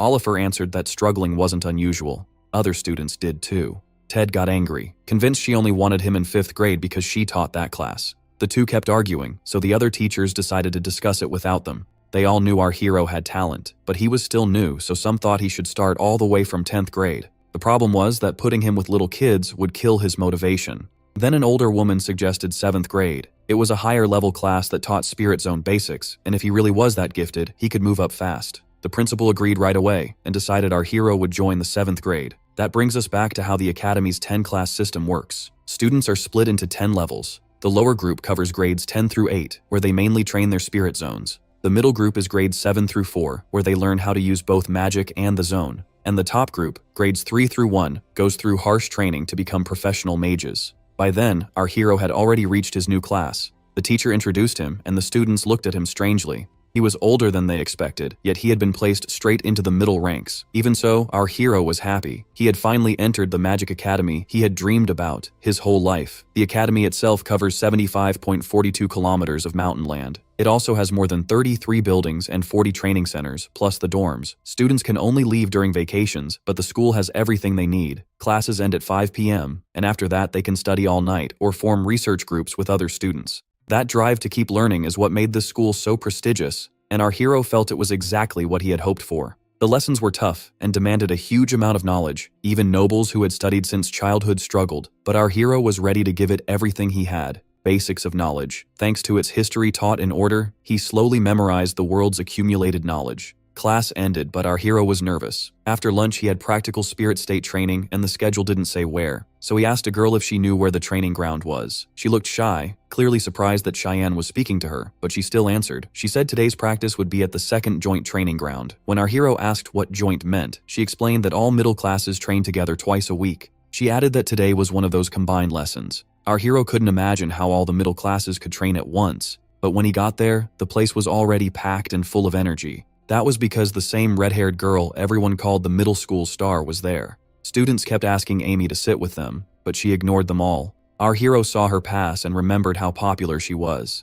He definitely didn't want to run into her, but with these joint classes happening twice a week, that would be hard. Now he could only wonder if he could fit in and stay unnoticed. Just then, a teacher arrived, Atala Romi, a 6th rank mage. She asked who was here for this kind of class for the first time, then said this would be a regular lesson from now on. She also pointed out this year's new student, our hero, and everyone turned to him. She asked him to stand and introduce himself. He got up, greeted the class, and tried to say a few more words. Then he froze. He had no idea how to continue. Amy and her friend whispered that he was the guy they had seen yesterday. Amy felt she knew him from somewhere, but couldn't place it. Another student joined in, asking if they knew the new boy. They didn't, but the rumors were already spreading. His entrance exam scores were said to be unbelievable, and even the teacher seemed focused on him. Everyone started wondering what kind of family he came from. Then Amy suddenly remembered who he was, and her mood instantly dropped. The Karmi's family was known as a line of geniuses. Their special trait, the red eyes, only appears in direct airs and lets them remember certain events with perfect clarity, so ordinary studying means almost nothing to them.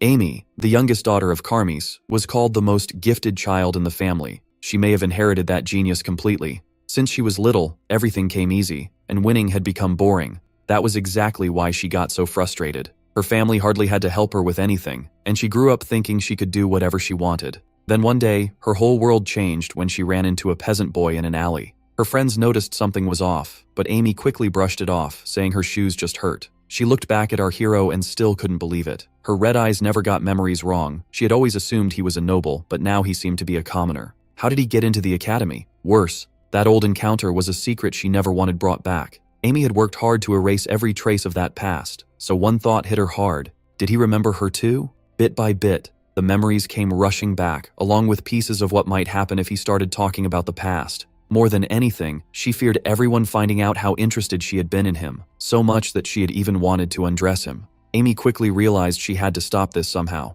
Meanwhile, our hero felt a chill, like he could sense her staring at him. Atala moved on with the lesson, explaining that a zone reflects a magician's mental state. Its basic form is a sphere because that's the easiest shape to hold in your mind. Still, that shape isn't always useful in real combat, so she decided to show them a visible zone. Our hero could now actually see the teacher's zone. She repeated that the sphere was only the starting form. To make it clear, she chose to demonstrate it herself. First, she made a target beside her, then cast magic at one farther away. She explained that her zone had a 10-meter range, while the target stood 20 meters away, so she'd use a fireball to show the limit. Our hero watched closely. This was the first time he could really see how magic was being used. Atala formed a small fireball and launched it at the target, but it fell short. She explained that most magic can't keep its form once it leaves the zone. Then she showed that by stretching the zone in one direction, the spell could reach farther. Like the other students, our hero was stunned. He hadn't even known a zone's shape could be changed like that. But Atala warned them there was a drawback. Reshaping a zone takes huge focus, and in a real fight, every second matters. Changing it non-stop is too inefficient, so most mages rely on 4 standard forms: defense, attack, target, and evasion.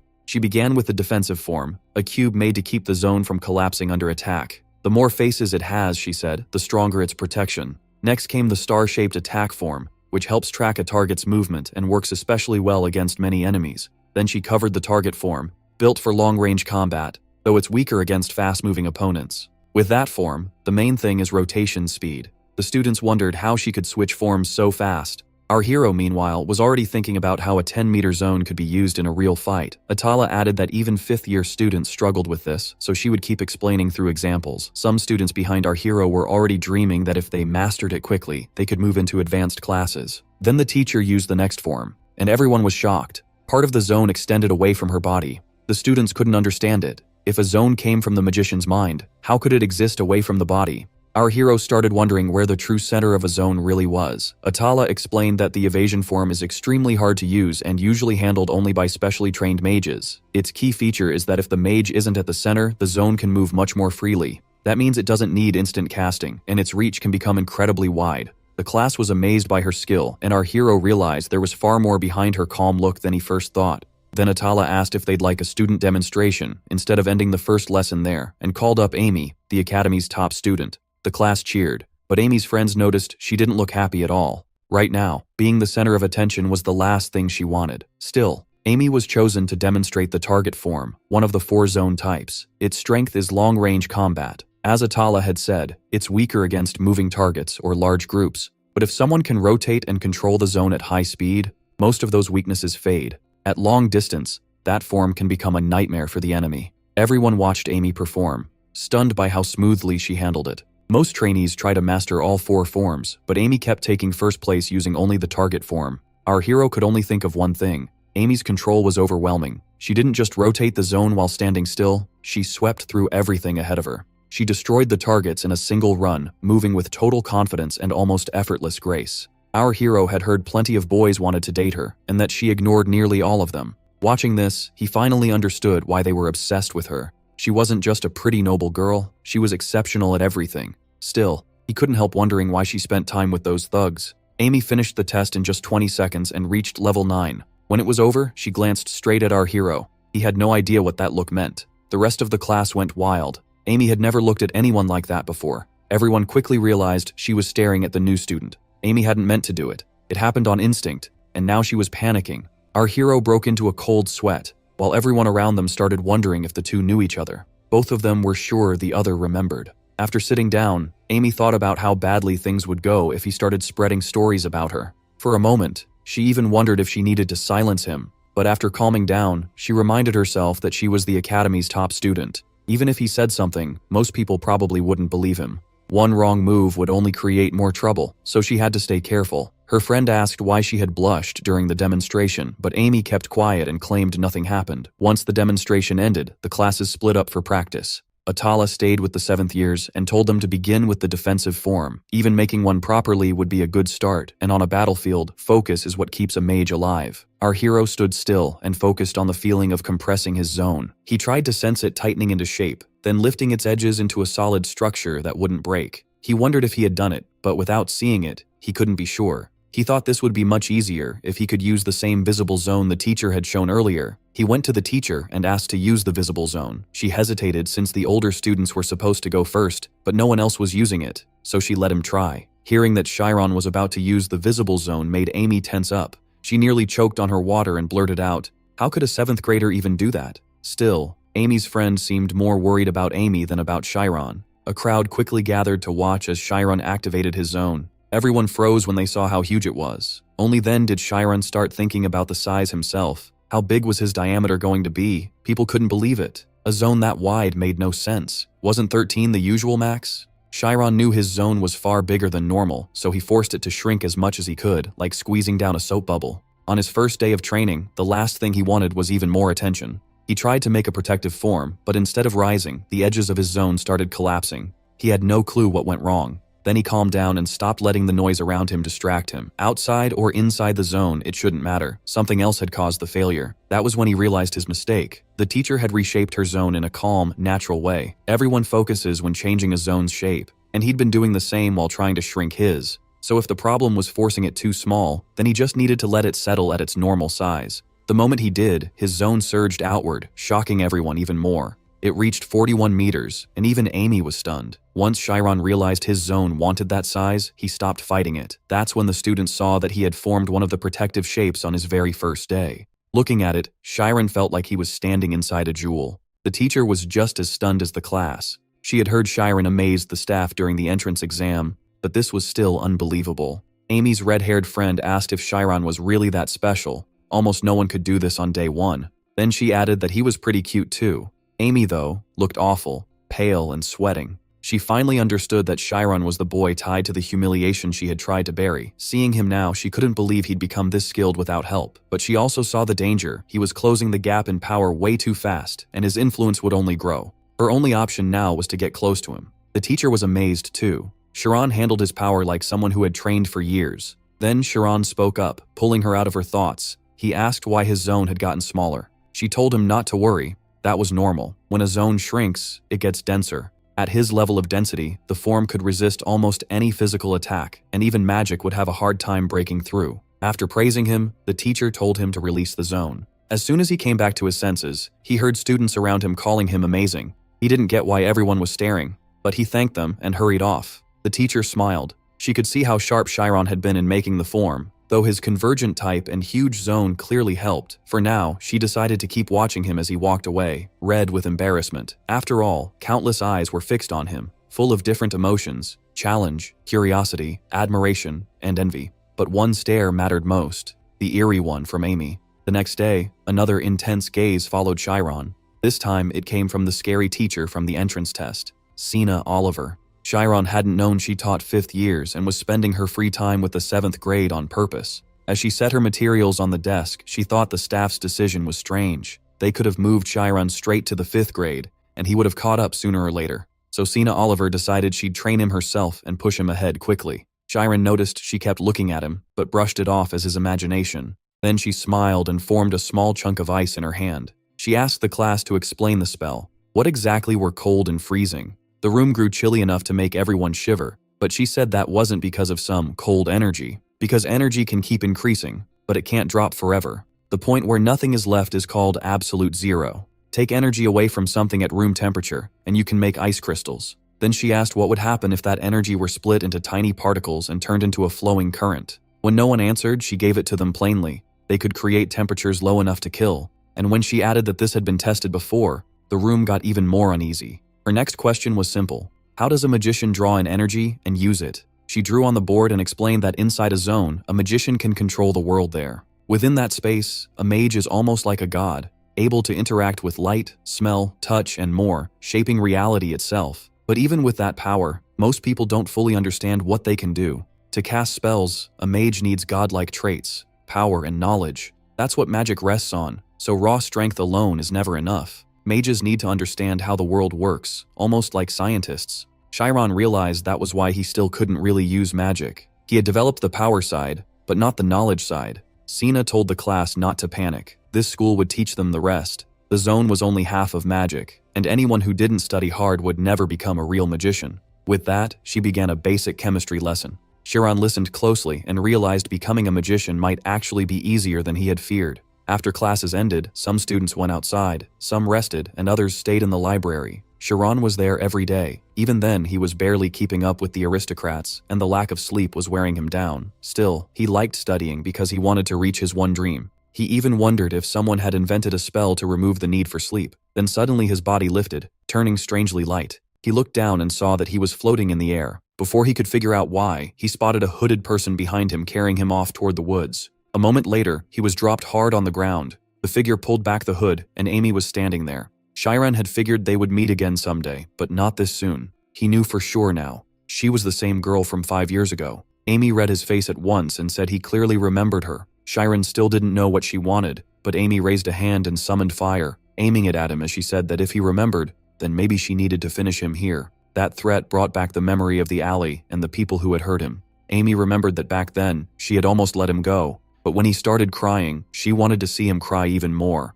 Now, though, he had completely changed. She couldn't stop wondering if this was really the same boy from 5 years ago. Chiron rose and said of course he remembered. She was the one who told those thugs to strip him. Amy instantly cut him off, saying that wasn't how it happened at all. It was a misunderstanding. Blushing, she nervously asked if he really thought she was some kind of pervert. That answer hit Chiron completely off guard. She rushed to explain that the thugs had wanted to strip him, not her, and she never ordered it. But Chiron fired back that she still wanted to see what was under his clothes. She turned red and stumbled over her words, then admitted she'd never cared about boys before. Vincent figured that was why she brought him here, to explain herself. Amy didn't even know why she was trying so hard. He guessed she was scared he'd spread rumors, and that fear was eating at both of them. So he asked if she just wanted to say one simple thing, sorry. Amy looked confused, and Vincent told her he got it. She wanted that day erased. But no matter how popular she was, or how perfect everyone thought she was, the past wasn't changing. Wouldn't it be easier to just apologize instead of making excuses? Amy couldn't stay focused. To her, Vincent was trying to use words to corner her. Nobody solves things that easily. She took it like a challenge and wondered what kind of person he thought she was. Then she smiled and asked what she would gain from apologizing. Vincent didn't follow, so Amy repeated herself. What exactly happens if she says sorry? How could she trust him to stay quiet? An apology would be admitting guilt, and that only put her at risk. Vincent answered that an apology isn't supposed to get you something. It's basic decency when you hurt someone. Amy laughed and asked if he really thought the world worked that simply. Even though this was only a war of words, she chose to strike back. Why waste her effort if she got nothing out of it? So she warned that life at the academy could get very hard for him if she stopped leaving Chiron alone. Vincent saw right away that her fake perfect student act didn't change who she really was. Looking for another way to scare him, Amy asked if he knew the most dangerous thing in this school. His face gave away that he had no clue. She told him it was the upperclassmen. If he crossed them, he'd be finished. All anyone would hear is that some commoner broke school rules. Vincent asked what she actually wanted, his expulsion or just silence. Amy played it off and said she'd wait for now. She'd watch Chiron first, and only then decide if he could be trusted. She added that even getting into this place was hard for a commoner, so getting expelled would be a shame. Vincent accepted the deal and agreed to play along if that meant staying in school. But she ended with a threat. If he told anyone, she'd kill him herself. Vincent already felt this would turn into a disaster. The next morning, with everyone staring, he brought her coffee. Amy smiled, while her friends looked confused and excited. She quickly grabbed the cup, nearly dropped it, and hurried off. One of her friends asked if she was really not going to say anything back, but Amy brushed it off and left for class. Vincent guessed everyone probably thought he had confessed to Amy. Her friend teased her, asking if he was actually her type. Amy said she was just training some clueless younger student. But inside, she wasn't calm at all. Maybe she enjoyed putting Vincent down, or maybe she liked the attention more than she wanted to admit. She told herself this was perfect. If he ended up looking like some middle school kid with a hopeless crush, then even if he talked, no one would believe him. To Amy, that felt like the best revenge possible. Everything from 5 years ago suddenly seemed lighter, and she loved it. Vincent knew this was bullying. If he let his feelings control him, he'd be the only one hurt. Still, Amy not trusting him didn't matter. He'd give her all the confidence she needed, and do it perfectly. So everything now depended on how smart he played this, and he started putting his plan into motion.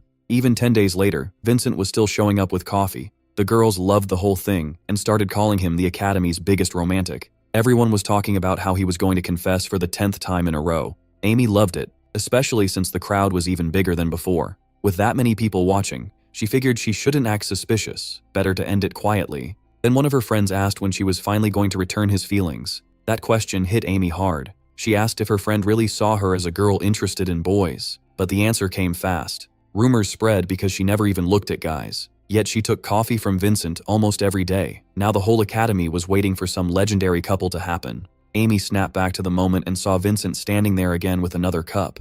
The crowd started chanting for her to take the coffee. Vincent even gave a weird little grin and pointed out that he hadn't spilled it this time, though he clearly wanted to get back to the library. For maybe the first time at school, Amy blushed in front of everyone. She couldn't tell if he was making fun of her. This time, she knocked the drink away and snapped, asking how many times he planned to keep doing this. Then she shouted for everyone to hear. Did he really think bringing her favorite coffee meant she'd fall for him? She went on, calling Sharon a lazy student who didn't study and just chased girls around, and she told him never to bring that stupid coffee again. Her friend quickly stepped in to calm things down, then followed Amy and asked what she'd do if ugly rumors started because of this. Red-faced, Amy insisted nobody cared. People were just bored. She told herself it would all die out once the graduating class became the next hot topic. But the crowd took Vincent's side and thought Amy had gone too far. Seeing that, he quietly celebrated. Maybe he should keep this up after all. So while everyone pitied him and said he'd been crushed, Vincent was honestly enjoying himself. Later that day, Amy sat in the library, unable to focus on her work. She couldn't understand how this had gotten so out of hand.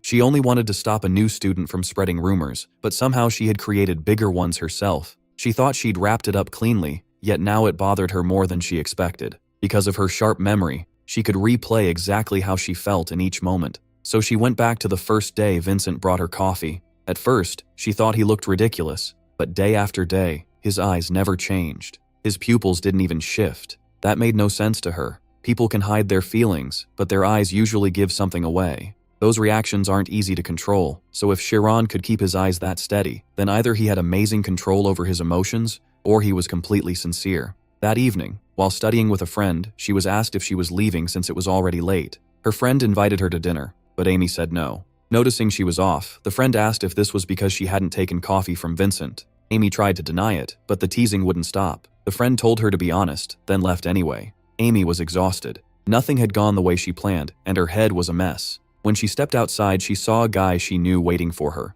It was Arian Shiren. Amy asked why he was there. Was he really that bored? He told her to be less rude, saying he'd heard rumors that Shiron was into her. Amy asked if he came just to laugh at her, but instead he offered a cup and said he'd brought much better coffee than Vincent ever had. According to him, this was the coffee someone as amazing as Amy deserved. She had no idea what game he was playing. Then he started bragging, saying he was the heir to the royal marshal's court. Unlike that bastard, Amy coldly told him she wasn't in the mood for those jokes. She asked since when they were close enough for that kind of talk. She knew very well Arian Shiren's group would gladly humiliate her if they got the chance. He blocked her path and said insulting him was the same as insulting his family. He wouldn't let even someone from the Carmy's family stain their name. Amy shot back that he was a pathetic bastard and way too full of himself. She called him a clown who shamed his own family, the same loser who made that nasty group that secretly poisoned people. That set him off. He asked if she understood how much power his family held over hers. Then he dropped the nice act and warned that his family could bankrupt the Carmy's family whenever they wanted. In that moment, Amy realized just how much rage he was hiding. And unlike Vincent, his eyes looked dead, like rotten fish. He asked if she really thought he was worse than Vincent. If that was true, then he'd handle things differently. He said he'd make sure Vincent could never use magic again, but he didn't even get to finish. Amy slapped the coffee cup right out of his hand. He was about to insult her, then felt the air turn tense. A target form circle appeared under Amy. She turned deadly serious and asked what exactly he planned to do. Drake was too shaken to answer. He couldn't believe her whole presence changed that fast. He tried to remind her magic wasn't allowed at school, but Amy shot back that Shiren relied on himself, not his family. Then she said a trashy guy like him wouldn't dare do anything, no matter how nice his face looked. Drake knew that if he stepped into her range, she'd burn him alive. He was way weaker, so he backed off and ran, planning revenge for later. Amy leaned against the wall after he left, confused by her own reaction. Was she scared, or scared he'd learn her secret? Then Shiren's promise flashed through her mind. He'd earn her trust. Seeing the spilled coffee, she suddenly worried he might stop coming to her. Still, one thing was clear now. A few days later, that small clash Amy caused blew up into real trouble. One of Amy's friends dragged Sheeran to the gym because of it. The message claimed it was from the dark magician. Sheeran had thought the whole mess was already over. He figured Amy might keep picking on him, but he still wasn't sure what to expect. Then he noticed Amy wasn't there, only her friend Cyril. Feeling that something was wrong, he walked over. The moment he got close, she started shouting in panic, and he yelled too. She demanded to know where Amy was, but Sheeran had no clue what she meant, so Cyril handed him a letter. Amy had to come to Hall 14 by 6 p.m., or Sheeran would be castrated. It also warned her not to tell any teachers, or she'd regret it forever. Sheeran asked who this so-called dark magician was. Half an hour earlier, Amy had been stopped by some guy, and she snapped, asking how he dared talk to her. He told her to watch her tone, handed over a letter, and said his boss wanted to meet her. Amy was ready to ignore him, but then he said her boyfriend would die if she didn't. That made her freeze. Once she read the note, she knew Jake was behind it. Cyril read it too and wondered who this dark magician really was. Maybe just the usual thugs. Was it the same punks who harassed good students? And why target Sheeran? Amy guessed it was because she fought back before. Cyril urged her to tell the teachers, since both she and Sheeran could be in danger. Amy knew that made sense, but if she did, the professors would get involved and she'd have to explain her connection to Sheeran. Then everyone would learn he was just a commoner. Realizing how badly she'd treated him, Amy chose another way. She told Cyril she'd go alone, and if she wasn't back by 7, then she could tell her parents everything. Cyril shouted that she couldn't face a whole group by herself. Amy had her reasons. She told her not to worry. Even 10 bastards like Jake were nothing to her. After reading the letter, Sheeran felt strangely shaken. He couldn't believe Amy would actually come save him. For the first time, he thought maybe she wasn't that bad. He asked Cyril where Amy went. Cyril said Amy had her reasons and begged him to wait until 7 when the teachers could step in. Sheeran knew this wasn't simple, but they still had an hour, and he realized why Amy hadn't told the teachers. Their secrets were tied together. That made him think she was protecting him. He handed his bag to Cyril and said she should wait until the deadline. He was going after Amy himself. He tried to run off, but she grabbed him. Cyril said he'd never make it on foot. Then she explained they'd travel by photons and told him to hold tight. A yellow light wrapped around them. In an instant, they were gone, shooting toward the forest. When they landed, Sheeran threw up, but Cyril kept running toward the training grounds. She looked around and saw no one. Maybe they were 10 minutes early. Sheeran said the kidnappers might have picked another spot in case teachers were told. Still, he was sure Amy would come here. His past didn't matter right now. Amy was in more danger than he was, so he told Cyril to warn his parents. She could get there faster. Cyril reminded him Amy told him to wait, but Sheeran said this was happening because of him, so he had to help. That left her unsure. For a second, Cyril got lost in thought. Was Sheeran really this important to Amy? Had they been involved for a long time without anyone knowing? Sheeran cut that off and said this wasn't the time. They were in real danger. Once he was alone, he activated his zone. He knew he could use it fully in the mountains, and he needed even one clue. Soon he found fresh footprints from 2 people. Then halfway along, he heard something ahead. Deeper in the woods, Amy was already fighting. 4 more boys showed up, surprised she had really come, just like their boss said. Jake told them to show more respect to an important guest like Amy. Amy wasn't amused. To her, they were just losers with too much free time. Jake mocked her for coming alone. Had she really risked herself for Sheeran?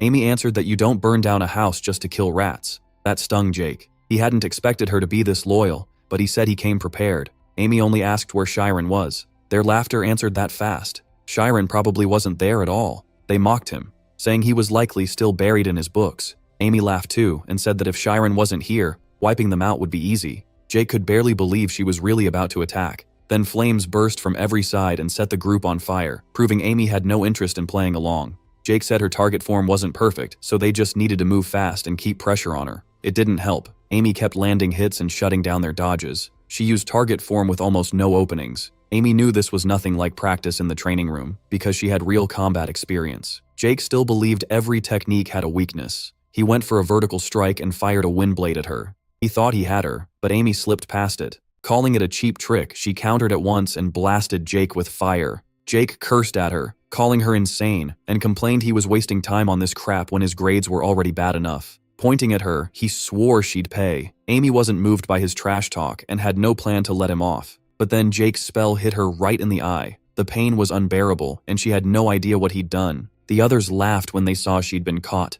They figured she'd lose control if she didn't drop her zone, because Jake had put her under anti-magic. Amy couldn't believe a creep like him could use forbidden magic. She instantly knew how bad this was. She couldn't even heal with her red eyes. Then wind vapor lifted her into the air and bound her. Jake asked if she was finally ready to accept the offer he made yesterday. For her own sake, he said, she'd better answer right. The truth was, Jake had wanted her for himself all along. Amy trembled because she couldn't do anything. Her circuitry failed too. She'd stopped training it after age 12. Even so, she kept searching for a way out. Jake kept talking, saying she still didn't get how bad things were and that guys only chased girls who gave them a reason. Then he said all he had to do was ruin her face, and no one would want her anymore. He pressed a dagger near her face. Amy shut her eyes, bracing for the worst. As her strength faded, she finally understood how helpless Shirin must have felt when he'd been held down. Then Shirin appeared and shouted for them to stop. He was holding only a stick. Jake stared, not even sure who this fool was.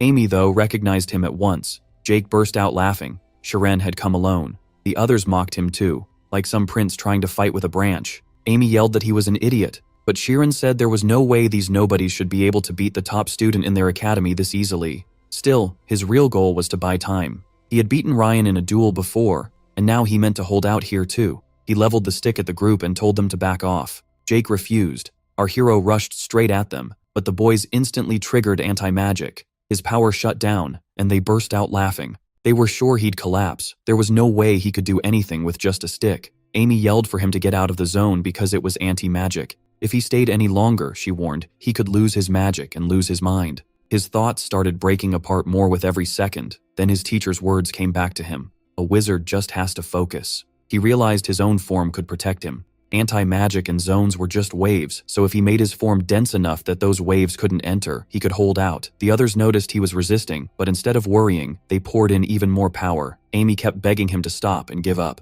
Then he finally broke through, and he didn't stop there. He pushed his form even further. Jake suddenly noticed the anti-magic waves were bouncing back at them, so he told everyone to focus and not let Shirin win. But our hero attacked first, and the anti-magic started hitting every enemy inside the zone. They all dropped in pain, while Amy could only stare, confused. She didn't know if she was outside the effect or if something else had happened. She only knew the anti-magic was gone. What amazed her even more was our hero himself. She had never imagined a zone that cold and solid. At the same time, he could feel every tiny movement under his feet, like stepping on a small worm. Jake, slumped against the oak, couldn't believe what he had just seen. How had 6 of them lost to one person? They even started thinking he specialized in anti-magic, and that was why he got into the school by special recommendation. Jake snapped and shouted, asking if Shirin really thought he could beat him in a magic duel. He had been sure it would be easy, since our hero supposedly couldn't use magic. But before he could do anything, Amy punched him in the face and sent him flying. She still wasn't done. Amy kept attacking and beating him until our hero tried to stop her. She wouldn't calm down, so he grabbed her and pulled her away. But the moment he did, she passed out, leaving him uneasy. Seeing Amy unconscious, he guessed she had fainted from pure exhaustion. Then our hero quietly thanked her, and Amy woke up right away, clearly embarrassed. She asked how he got dragged into this, and told him to leave before a teacher caught them. But he said Carl should be here soon, because he had asked her to tell Amy's parents even though Amy told her not to. Amy grabbed her head and said it would only get worse if the academy got involved. He didn't understand how things worked here. Once this started, every wizard would dig into the exact reason, and nothing would stay hidden. She shouted, asking if he really wanted their secret exposed. He said that didn't matter. They had almost died. Jake, still conscious, heard everything and realized the 2 of them were hiding something. Amy urged our hero to leave right away, but it was already too late. The teachers were coming. She prayed it would be the old teacher who usually let things slide. Instead, it was Ted and Sina, the 2 teachers she feared most. Serial was with them too and ran straight to Amy. She was worried sick, while Ted used a complex spell, saw the students down on the ground, and rushed over, asking how Amy ended up like this. Sina went to Shirin and said they came as soon as they heard. So what happened? Jake jumped in first and asked to explain. He claimed it was just a duel caused by personal grudges, the kind kids their age often had. Sina wasn't buying it. She said she'd heard there was a threatening letter and that several of them had used anti-magic. Did Jake even know the school rules? He tried to defend himself, saying Amy was too strong, so they used anti-magic against her. Then he pointed out that his group looked more injured, added that Amy had broken the rules first by attacking him outside the library, and said that was why he challenged her and got angry. He also asked why she never told the teachers right away if she was so innocent. Amy fired back that he had threatened her and wrote that he would kidnap Shirin. Jake answered that they never attacked her first, and Shirin hadn't been kidnapped at all. Instead of calling teachers, Shirin ran there himself. So, according to Jake, our hero and Amy were the ones hiding something. He flat out declared them the real culprits. Jake demanded the truth, smug and pleased with himself, convinced his power would protect him. He also meant to blow this whole thing up, no matter the cost. Once he exposed their secret, he bragged. Local papers, national groups, even the church would hear about it.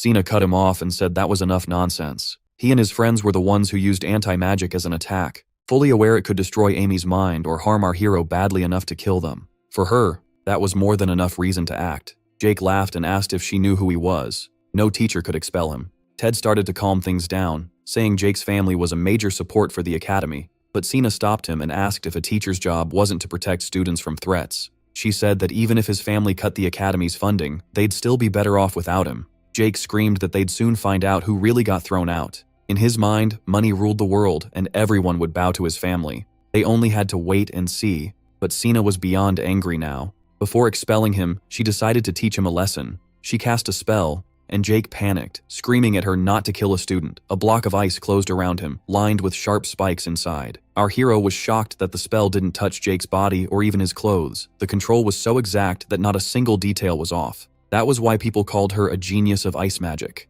Standing over him, Sina asked if he really thought money alone could carry him to the top. All he could do was beg her to let him down. She released the spell and said she knew he had already hurt many other students. The academy had ignored it and never punished him properly. Jake shouted that it was because his family was rich. Sina told him not to get the wrong idea. The academy was not a place where people learned through money. It taught something money could never buy. When he asked what that was, she answered at once. Their dream. The dream of becoming a wizard. Those words brought a memory back to Jake. He remembered first coming to Sina, sharing that dream with the other students, all of them wanting to become magicians. Wasn't that what this whole path was about? And now he was the one trying to ruin those precious memories. Jake lowered his head, realizing what he had done, and apologized. In the end, that dream had always meant the most to them. After this, Jake and the others would truly repent and want to become real wizards again. But that came later. For now, their injuries were treated and they were sent to the punishment chamber for what they had done. Then the inevitable happened. Our hero and Amy sat in the counseling room, where they were asked why they hadn't reported everything sooner. The teachers said the first thing students should do is run for help, not charge in alone to rescue a talented upperclassman. They demanded a real explanation. Amy decided to tell the truth, and our hero knew they couldn't hide it forever. He still didn't know who the principal had told about his origin, but Amy suddenly said our hero was her boyfriend. That shocked every teacher in the room, including Serial. Serial instantly started putting things together and remembered Amy crying out for help. The thugs had thought no one would come, but in Serial's imagination, Sheeran appeared like a prince on a white horse and took down all the enemies with one kick. Then he turned to Amy and declared he'd go to the ends of the earth for her. He swept her into his arms like a proper lady and almost kissed her, while all the girls squealed, and Carl insisted she saw it with her own eyes. Right then, Amy came up behind her and asked what kind of rumors she was spreading. Soon, the whole academy was talking and posting about Sheeran and Amy's new relationship. Amy told her friend not to spread it because it was not true. Still, her friend was thrilled, already imagining the two meeting in secret, and maybe even kissing. In her eyes, Amy should be happy too. Now annoying guys might finally leave her alone. Later that day, the teachers questioned Amy. They found it hard to believe, since she had never shown interest in any boy at the academy. Amy answered that she had known Sheeran from before, back when they were younger, so meeting again at the academy felt like fate. Then she shot Sheeran a strange look that made him start sweating. Under the table, she nudged his foot to make him play along. He quickly backed up her story. The teachers accepted it, since that would explain why Sheeran rushed off to save Amy. For her, this lie was still better than letting their real past come out. Amy stayed lost in thought the whole time. But at dinner, Serial burst out, saying she knew it from the start. She even reminded Amy they had class together that day, so she would get to see Sheeran. The moment they entered the hall, Serial started firing questions at her friend. Was she going to meet him after class, eat dinner with him, or maybe even go on a library date? Amy forced a laugh and said they wanted to focus on studying like proper students. That answer only disappointed Serial, who wanted something much more exciting. Amy knew Sheeran already had too much on his plate, and he deserved a quiet school life. She even caught herself smiling at the thought that he was doing well, then quickly denied liking that feeling at all. At the second training ground, Amy called out to Sheeran and teasingly asked how his day was, and whether he missed her. Embarrassed, he asked her to stop joking like that. Amy did not like his reaction. She knew they were only pretending, but it felt like Sheeran had still drawn a line between them, and she could not understand why that bothered her so much. So she walked up to him and said they did not need to act like strangers. They knew each other far better than ordinary classmates. Serial was basically floating with joy. Hearing Amy say something like that for the first time made her wonder if this was what love really looked like. Amy kept up the act and called them a couple, but Sheeran stood firm. He reminded her she was still an upperclassman, then headed back to his own group. Sheeran already knew this whole thing would end badly. People loved gossip too much, and they were sure to make it bigger than it was. Some even claimed he got into the academy just because of his face and spent all his time dating instead of studying. That was also why students started guessing why he still could not use magic. Shirin was trembling because just 2 days earlier, rumors had started spreading that Amy was seeing him, and plenty of students were upset they never had a chance with her. Others were jealous that he had caught so much attention. Then one student openly turned against him, calling Shirin suspicious and pointing out that he ranked last on the midterms. He was last in his class, with only 30 points in every subject. Nobody could believe it, so they demanded an explanation. The students quickly decided Shirin must have been admitted under special treatment. They said some powerful family got him in after calling him a genius, and in their eyes, he had only come here to chase a girl from a famous family. That sparked a full wave of complaints. People said it was unfair for someone like him to enter the academy without earning it, and then start dating one of the girls on top of that. They called the whole thing suspicious, saying Shirin did not work nearly as hard as everyone else. To them, the academy had no excuse for letting it slide. But the second Shirin walked into the classroom, it all went quiet. Even so, he knew there had been a lot of noise before he arrived. He tried asking a boy what the next class was, but the student turned away and left. Shirin did not need to ask what was going on. They had been talking loudly enough for him to hear. Worse, Amy might get hurt because of him. Later, everyone gathered in the training room for class practice. Even while training, Shirin kept catching bits of the conversations around him. His zone spread wide enough to pick up everything, which only made it harder to ignore. When the teacher came over and asked how he was doing, Shirin admitted the evasion form was hard for him. Whenever he tried to separate the zone from his body, it felt like his mind was being pulled out with it. The teacher explained that made sense. His convergent type matched his nature, so his mind naturally gathered into a sphere. That type did not pair well with evasion, since it needed more control. Still, she asked about the other forms, and Shirin said those gave him no trouble. Hearing that, she was pleased. She asked him to show his skills in the visible zone. Shirin could hardly believe she wanted it right there, in front of everyone staring at him, but she added that they could wait if he was not ready. After all, he was the only 7th grader who could use all 4 forms, and she really wanted to see them. The teacher guessed he was worried about how the others would react. Still, she reminded him that someone who knows his value should not be shaken by that. Those words gave Shirin the push he needed, and he asked her to judge his performance. The other students immediately noticed he was trying again.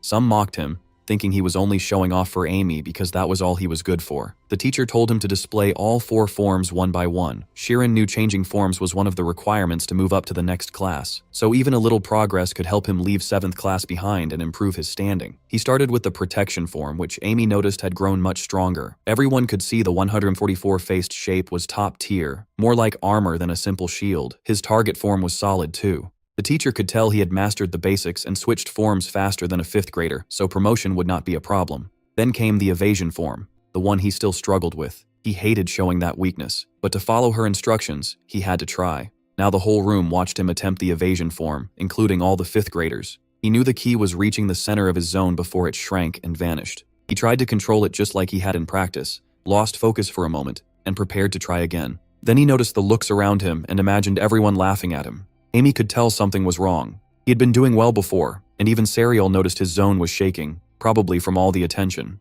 Shirin wondered why people enjoyed seeing others fail, then why they wanted him to fail so badly. Deep down, he already knew. Then a voice in his head told him to quit thinking such nonsense. That snapped him back. He remembered why he came to this academy in the first place, to become a magician. Nothing else mattered. The moment he focused, his zone started to change. Everyone stared in shock while Shirin wondered if it would finally separate from him or just vanish again. We do not see the result yet, because the story cuts to the same teacher who once helped the students. She reads a report and sees that Shirin resisted anti-magic with nothing but a normal protection form. That alone was shocking. Anti-magic was so dangerous and hard to handle that even experts needed an artifact to use it safely. So even if the attackers used it poorly, she still could not understand how Shirin beat 6 students. That would mean his mental power was greater than all of theirs combined. The question was whether that strength was natural talent. Just then, Shirin was visited by the same teacher who had trained him in the forms. She came with good news. He had successfully used the evasion form. He had pulled it off yesterday, even though he had only started learning it 1 day earlier. Thanks to the visible zone, she had seen him hold it for about 4 seconds. Sina was pleased since she had expected that much from him.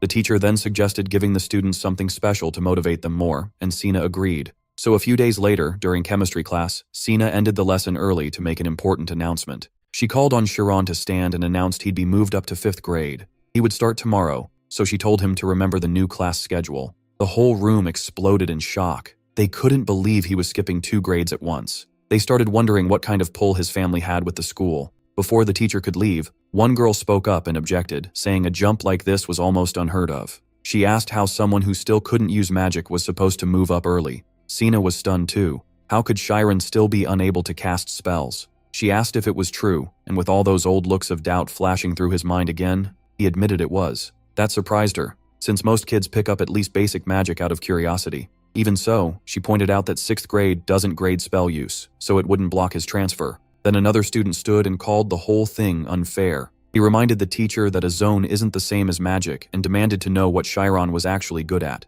He said he could accept it if Chiron could at least cast something. The nasty kid quickly got the class on his side. They claimed they could all surpass him, and if he transferred, they'd report it to the student council. That was when Sina realized this wasn't just normal complaining, something deeper was going on. So she said she'd acted too fast and would review it first, with the final decision coming after the teacher's meeting. The boy who started it looked thrilled that he'd gotten his way. Later, in her office, Sina kept thinking about how furious the class had been. She hadn't expected that kind of backlash unless personal issues were mixed in. Then the one girl who hadn't joined in came to speak with her. She decided to tell Sina what had really been happening. According to her, it started about a week earlier. At first, the class just ignored Chiron. Then it got worse. They spread rumors and even tried to disrupt his studies. She said she knew exactly who had been starting the gossip and turning others against him. Tears filled her eyes. She knew rumors were cruel, and worse, they were cowardly. Looking at the girl, Sina finally understood the situation. She thanked her student, Maria, and promised she'd handle the rest herself. Meanwhile, our hero thought back to something he'd read from a talk between great scientists.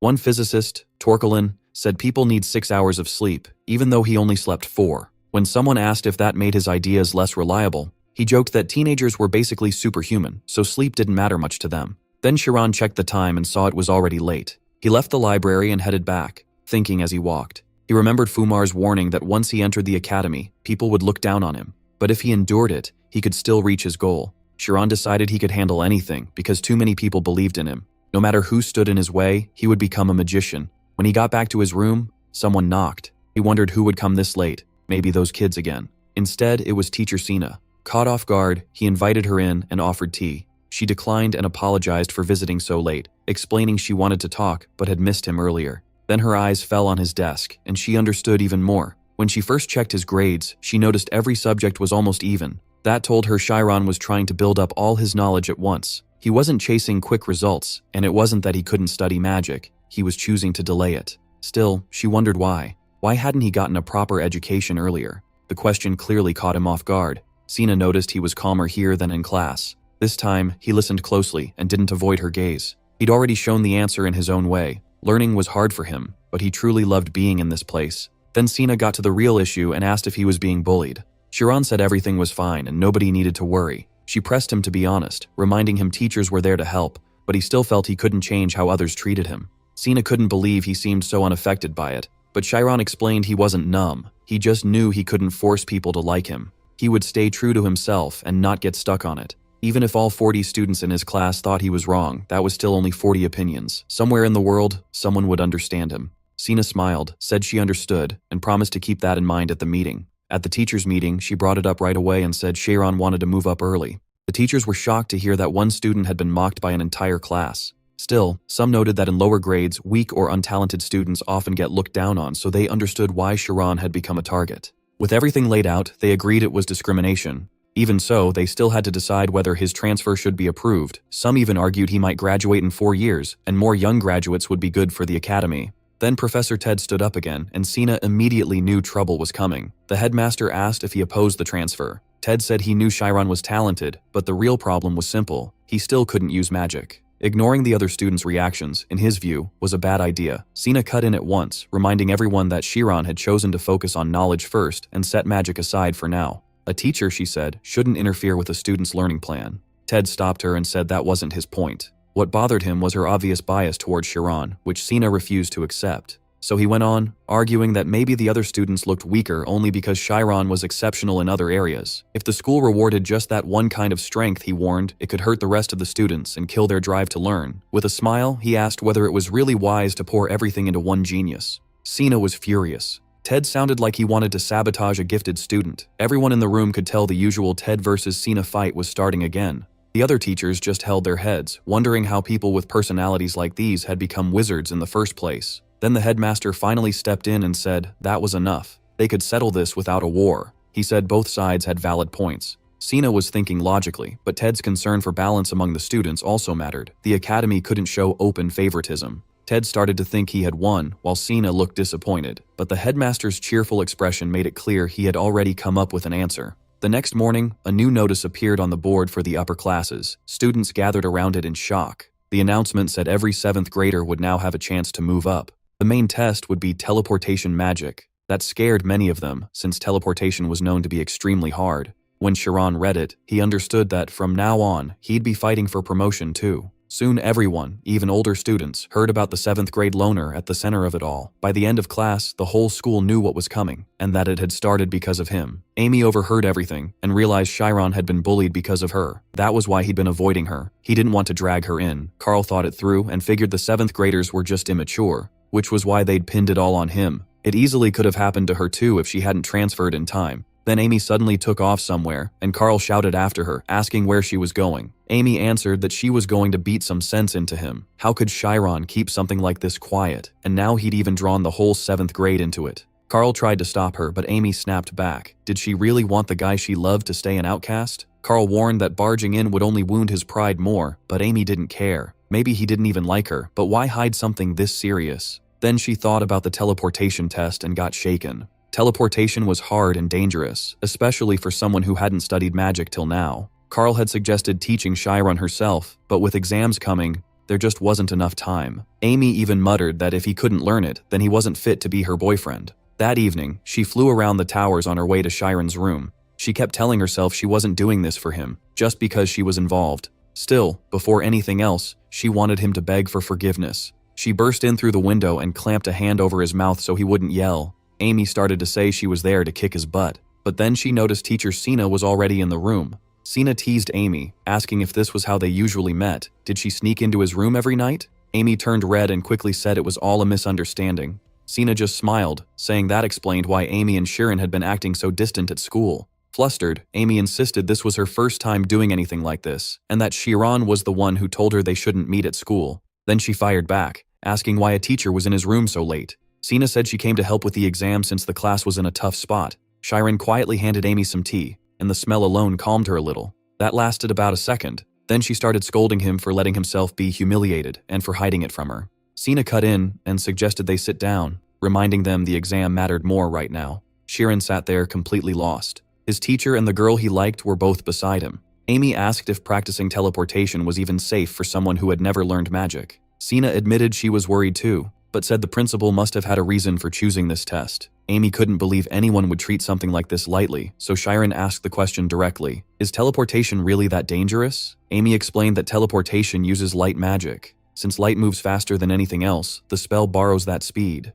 That speed lets a person break through space and time to move instantly. Chiron asked if a human body could really be turned into light. Sina said it sounded wild, but even a beginner could learn teleportation. She went on with the theory, explaining that light speed is split into 4 stages, and teleportation depends on controlling light magic. Because of that, the body's mass drops a lot during the spell. Chiron quickly realized that meant a huge risk of crashing into something. Sina praised him for catching on so fast. Amy, a little jealous of how easily they clicked, cut in while Chiron asked how the school could make such a dangerous exam safe. Not wanting to be left out, Amy said he could ask her too. She explained that the teachers would prepare an open area with no obstacles. When Chiron asked where they could find a place like that, Amy pointed up. The training ground would be in the mountains. Sina added that the test would be a race from one peak to another. Chiron let out a nervous laugh. Sure, there were no walls to hit, but one bad move and you could fall to your death. Amy asked what decided the winner. She explained that first place goes to whoever reaches the finish line first. If no one makes it, they count the farthest distance traveled. The course would start at the easiest level to lower the risk. Even so, the teachers were still worried. If the students got too desperate to win, they might start attacking each other. That made Amy realize Chiron would be an easy target. Chiron, meanwhile, wondered whether he could really do this. The hard part didn't scare him as much as facing the whole class alone. And if someone got hurt because of this, could he really accept it? Chiron broke his train of thought and admitted she had wanted him in the 5th grade from the start, but her own ambition may have made things worse. Chiron quickly told her it wasn't her fault. Then she said she would train him herself from now on. Amy immediately tensed up and asked why the teacher was taking it that far. Shirin said she was only trying to make up for how unfair this exam was, and wanted to help however she could. Amy argued that would only make things worse, especially with an exam this important. If anyone found out Shirin was training Shirin, his chances would drop even more. So Amy declared she would train him instead. If the course was set to level 1, she was the best person for it. Both Shirin and Sina were stunned, mostly because Amy had somehow stopped being angry. Sina then asked if Amy really had time for this, when she was trying to pass the upper exam early. Shirin was surprised too, because the graduating class was the point where students started standing above the rest. Those were the ones recommended to become pro-magicians. Their level was treated as almost professional already, and because they studied at a famous school, even the Royal Academy of Magic magazine wrote about them. But once you reached that class, easy living was over. After that came non-stop rivalry and brutal training. Amy had wanted to get there before anyone else in the academy. Shirin kept questioning her, and her face turned red when he asked if she was pushing herself too soon. Amy shot back that it was his fault. He was improving so fast that graduation was the only place she could still stay ahead of him. To Shirin, she looked incredible. He thought Amy was amazing for aiming to be number 1 in the upper classes. She wasn't scared of what came after, and even with all that pressure, she still came to help him. Watching her talk with Sena and insist on helping moved him. Sena still argued that since this would be Shirin's first time learning magic, a teacher should handle it. Amy refused to back down. She stepped right up to Shirin and told him to choose who would train him. He stared at her, shocked, while she pressed him, her or the teacher.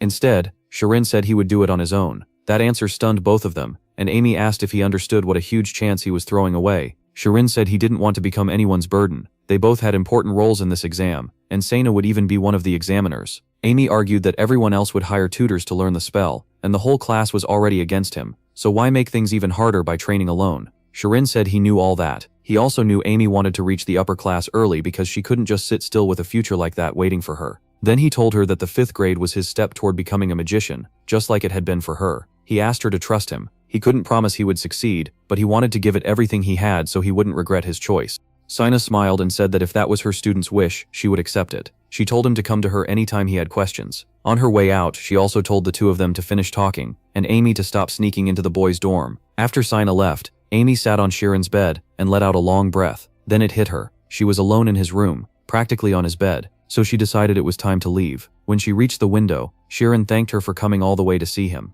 Amy asked why he had been avoiding her. If someone was hurting him, he should have told her. This wasn't just his problem anymore, it was theirs. Remembering what her friend had said about his pride, she gently asked if that was why he kept quiet. Shirin answered that he just didn't want to leave her behind. Amy's heart jumped, thinking he meant he liked her. Then he ruined the moment by saying he didn't want to lose sight of her because she was his high school girl. Amy froze, but he kept going. Ever since he came to the academy and saw her name at the top, he wanted to catch up to her. He never thought things between them would become this awkward, and if he had also told her he was being mocked, it would have felt even stranger. Amy paused and thought back to why she had come to this magic academy in the first place. Then she snapped, rushed at him, and pointed a finger in his face. Was he serious? Why did he keep calling her high school girl with a straight face? Shirin had no idea why she was so fired up. Amy moved to the window and told him that if he really wanted to surpass her, he had to stop calling her that. Only then would they be on equal ground, and if he failed, he'd call her senior for the rest of his life. Right then, Shirin called her by name, Amy. She was stunned by how suddenly he said it. When she turned back, she saw his eyes full of confidence as he told her he would definitely catch up.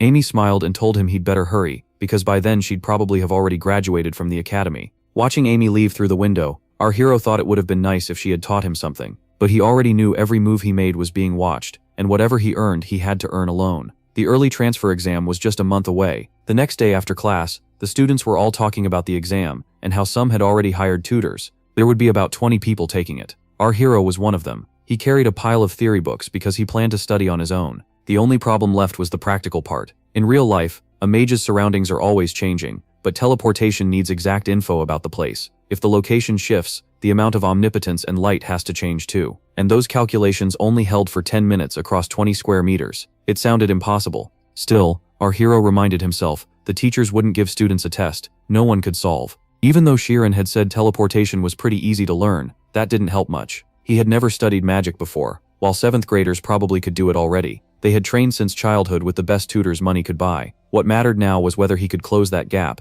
Then he remembered the answer the principal had already given him long ago, back when he was a child near that tree. Right in front of him was a student training for the same teleportation test. His teacher praised him for managing to teleport. It was Mark, a 7th grader. Mark's 9th ranked teacher said he was talented, but mastering it would take over a month. Still, If he finished the exam material and spent the rest of the time practicing, he should pass. Mark was irritated. Because of our hero, he now had a shot at skipping 2 grades, so he asked what our hero was doing. His servant reported back. He was watching him like ordered. Our hero wasn't training with anyone, just studying from books. That confused Mark. He assumed someone with connections would find a top tutor, or maybe he was faking it. So he told the servant to keep watching. He didn't believe books alone could be enough. Meanwhile, our hero had nearly done everything he planned. He had memorized all the required theory, even if he still doubted himself, and time was almost gone. He went to a training ground and started trying teleportation. There was no other choice. Now, he just had to trust his calculations. First, he rebuilt the theory using the zone. After all, the one standing between omniscience and omnipotence was him, so all he had to do was erase himself from between them.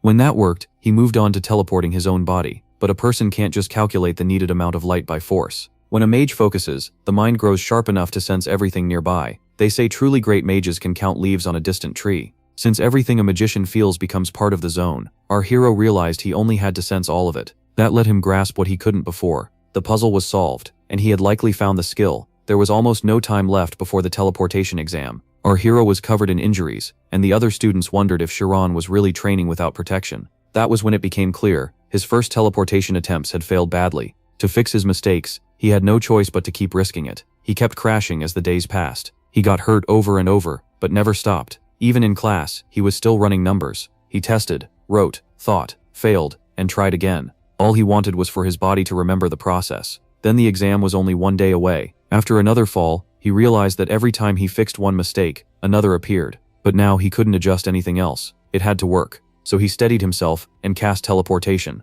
This time it worked, even if he still stumbled a little. But that alone wouldn't be enough. He didn't even get a chance to rest. Now he needed to practice linking the spell together. He meant to keep going, but exhaustion won, and he fell asleep on the floor. Then we cut back to Mark, feeling great. Today he thought would be the day he made history and entered the 5th grade. To him, 700 meters was nothing. At school, Mark ran into Maria near the classroom and asked if she was skipping the exam. She got flustered and asked what he was talking about. Why wasn't he outside? Mark shot back that someone like him didn't need to worry about passing. Then he mocked her for standing by the door and said someone with grades like hers should at least go watch what was happening outside. She tried to wish him luck, but Mark cut her off, saying she was probably laughing because she was the teacher's little rat. She didn't get how he knew, but he had only been baiting her, and she gave herself away. He said everyone already thought she was weird and quiet, so it was no surprise she had been snitching. Mark even shoved her against the wall. He said he'd been nice only because they were classmates, then asked if she knew what would happen once he reached high school. Seeing she was completely shaken, he finally walked off. He couldn't understand why a coward like her wanted to be a magician at all.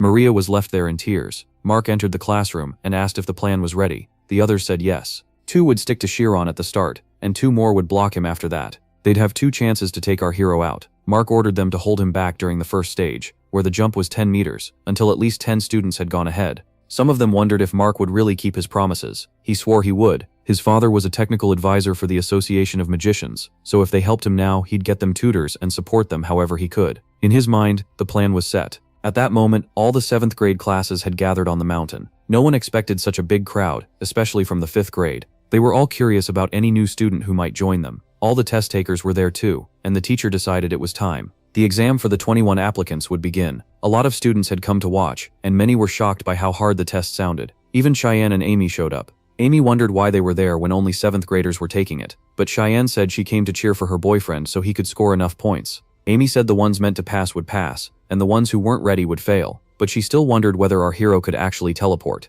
Just then, Mark asked where our hero was, only to hear that he hadn't shown up at all. In truth, our hero was still asleep where he had collapsed. Amy noticed he really was missing, and Carl started worrying too because she couldn't find him anywhere. Then Amy had a bad thought. What if our hero never learned teleportation at all? She instantly regretted not forcing herself to teach him. Teachers and students got ready as the instructor explained the test. At the signal, they would teleport across the abyss, and whoever reached the greatest distance would win. That terrified the students. If they failed to reach the other side, they would fall. When they asked about safety measures, Teacher Ted told them that if they were scared, they should quit now. Anyone studying magic should already know, people die while learning it. This was an early transfer exam to prove who deserved the 5th grade. If they couldn't protect themselves, they shouldn't have come. Ted was pleased to see so many freeze up. Still, he knew the real threats were the students who wanted to compete seriously. Mark's classmates laughed at the others for signing up without even knowing if they could survive the course. Mark imagined those same people begging him for help later. But what interested him most was whether the rumor was true, that the connected kid had really studied teleportation alone.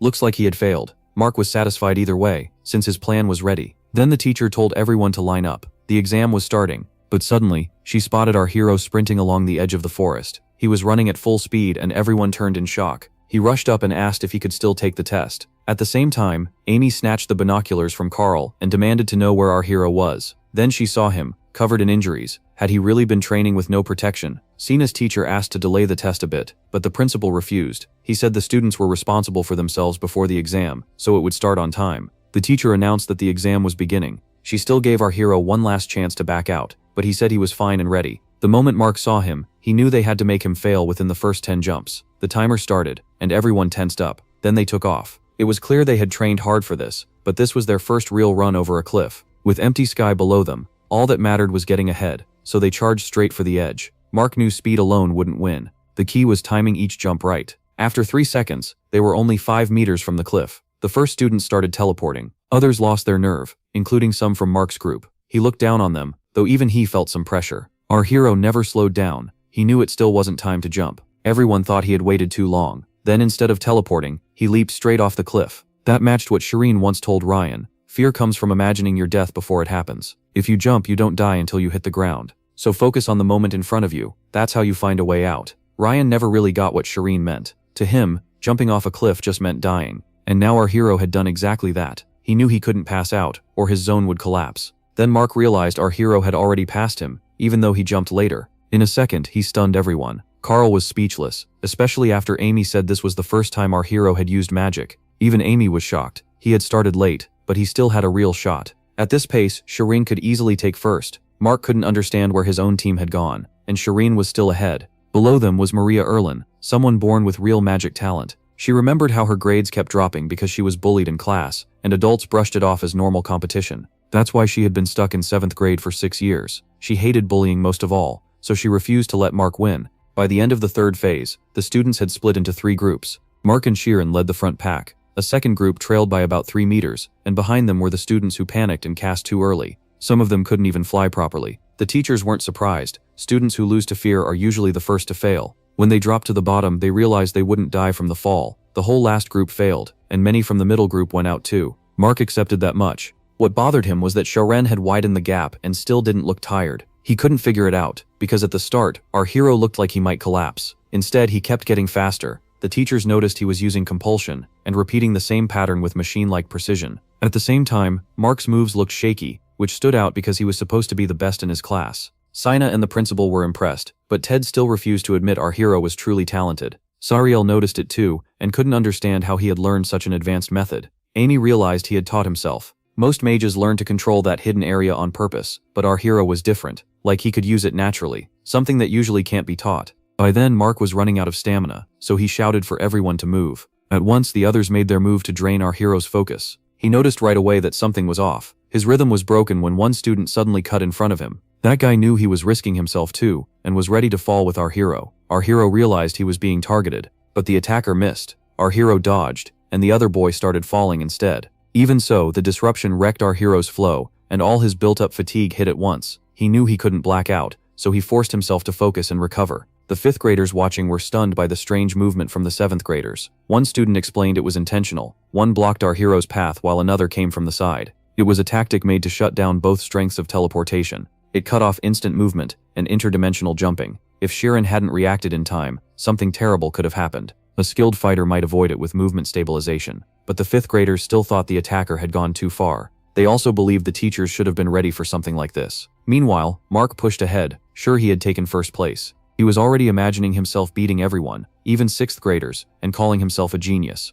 Our hero saw Mark was still in strong shape, so to beat him, he had to get ahead without breaking his own pattern. Instead of stretching his teleport farther, he chose to move faster and gain half a second on Mark. The crowd started picking sides as they watched our hero pass him. Amy, though, knew his body was already in bad shape, and that pushing more magic was dangerous. Then something suddenly grabbed Mark. At that moment, the uncrossable bridge system activated. A level 10 obstacle appeared. Ted rushed to the control room. There was no way level 10 should have been triggered. Sina said they had to stop the exam, but another teacher argued this test decided advancement by 2 levels. If they cancelled it, the families would be furious. The principal cut them off and demanded to know why that was even being debated right now. He ordered them to send the stop signal immediately. While flying over, Ted saw the notice that the exam had been halted. He knew a mountain of trouble was about to land on him. He reached the control room door, but it was locked. That told him this wasn't an accident. He tried opening it with magic, then sensed with his zone that someone was inside. He warned them to open up or he'd blow the door apart. A voice answered that it didn't matter. No one would care if she disappeared anyway. Ted recognized Maria. She was crying. He told her she had no idea how serious this was, and begged her to open the door. He promised that if she fixed it now, the punishment would be light. Maria refused. She believed everything was already over. If Mark transferred, she said, she'd be sent back to hell, and that life was no better than death. She kept repeating it until Ted realized forcing her might only make things worse, so he changed his tone and said she didn't have to open it right away. After all, the exam had already been stopped, just like she wanted. Mark couldn't believe the test had been called off so close to transfer. Still, he knew he had to win now. He might never get another chance to get rid of our hero. So he and our hero headed straight into the labyrinth that had appeared. Sina was stunned they went in. Even the principal was shaken. He couldn't understand why they kept fighting. Just pride? He ordered someone to act before it got even more dangerous. Sina yelled, asking what Teacher Ted was doing. But the principal kept watching our hero, thinking there was something different about him. If he rushed in blinded by greed, he'd never find the right path through the labyrinth. The students watched in total silence. They couldn't believe those two had entered the 10th level, a place meant for pros. Our hero saw the traps spreading, and they were moving too fast for him. He barely had time to dodge one, let alone plan for the next. At this rate, he'd burn through all his mental strength. Mark kept charging through the maze, convinced they'd both get eliminated anyway. So to him, the only thing that mattered was getting farther than the other. If he could amaze everyone here, his talent would finally be recognized. He pushed ahead, thinking Sharon had to be shocked by his skill. Meanwhile, Maria stayed by the door, still asking what this competition was really for. Was it just about tricking your rival into failing while you climb higher yourself? Was that really what the academy wanted? Ted told her that wasn't the point at all. Maria wouldn't budge. She said he shouldn't sugarcoat it. What else would a praised genius say? She had done everything a teacher told her, stayed patient, and still the academy only cared about gifted students. She was just ordinary. Ted said he had gone through the same academy, but when she first came there and he was a senior, he had asked if she'd ever heard of Genius Ted. She hadn't, and that made him laugh. He said he was always at the bottom and got stuck in 5th grade for 5 whole years. That was when he started getting angry, watching his friends move ahead without him. Maria didn't buy it, but Ted kept going. He said even the principal had caught him once, and chewed him out after he got into a fight. Ted hadn't wanted to explain himself, but the headmaster told him a wizard should never compare himself to others. A wizard has to erase his ego and focus on himself. Only then can he truly move forward. If he keeps running while looking back at everyone else, he'll lose his way. At that same moment, Mark looked ahead and saw the path was blocked. Right away he realized flying in had been a mistake. He thought he was about to die, and started screaming for help. Watching him fall, the others shut their eyes. Then our hero swooped in from above and caught him. Everyone saw him save Mark. They were stunned. He had just rescued his own rival. Winning should have come first, yet our hero chose something else. Even while being carried, Mark kept yelling for help. Our hero told him to be quiet. He needed to think. From what he understood, these traps formed a kind of maze, and the only way out was to study the pattern from a distance. He rose to get a better look, but the trap followed him. The other students noticed that too, so he realized going higher was pointless, and dropped back down instead. The students saw that as well, and they were still amazed he had managed this much alone. Had they all judged him wrong? Then the whole crowd started cheering him on, and Sariel could hardly believe what she was seeing. Amy understood it. Now Sharon wasn't studying just to pass tests. He wanted to understand magic itself. At the same time, Ted told Maria that competition was only meant to help people reach the goal faster. Going slowly was fine too. Once they crossed the finish line, they were still magicians. Maria broke down in tears, realizing it wasn't over, and Ted would stand by her. After seeing everything, the principal ordered the exam to continue, and said he'd take full responsibility. Our hero focused harder and realized the trap moved like it was alive. Its pattern was too chaotic to predict, and carrying Mark only made things worse. Mark was still screaming the whole time. Ignoring him,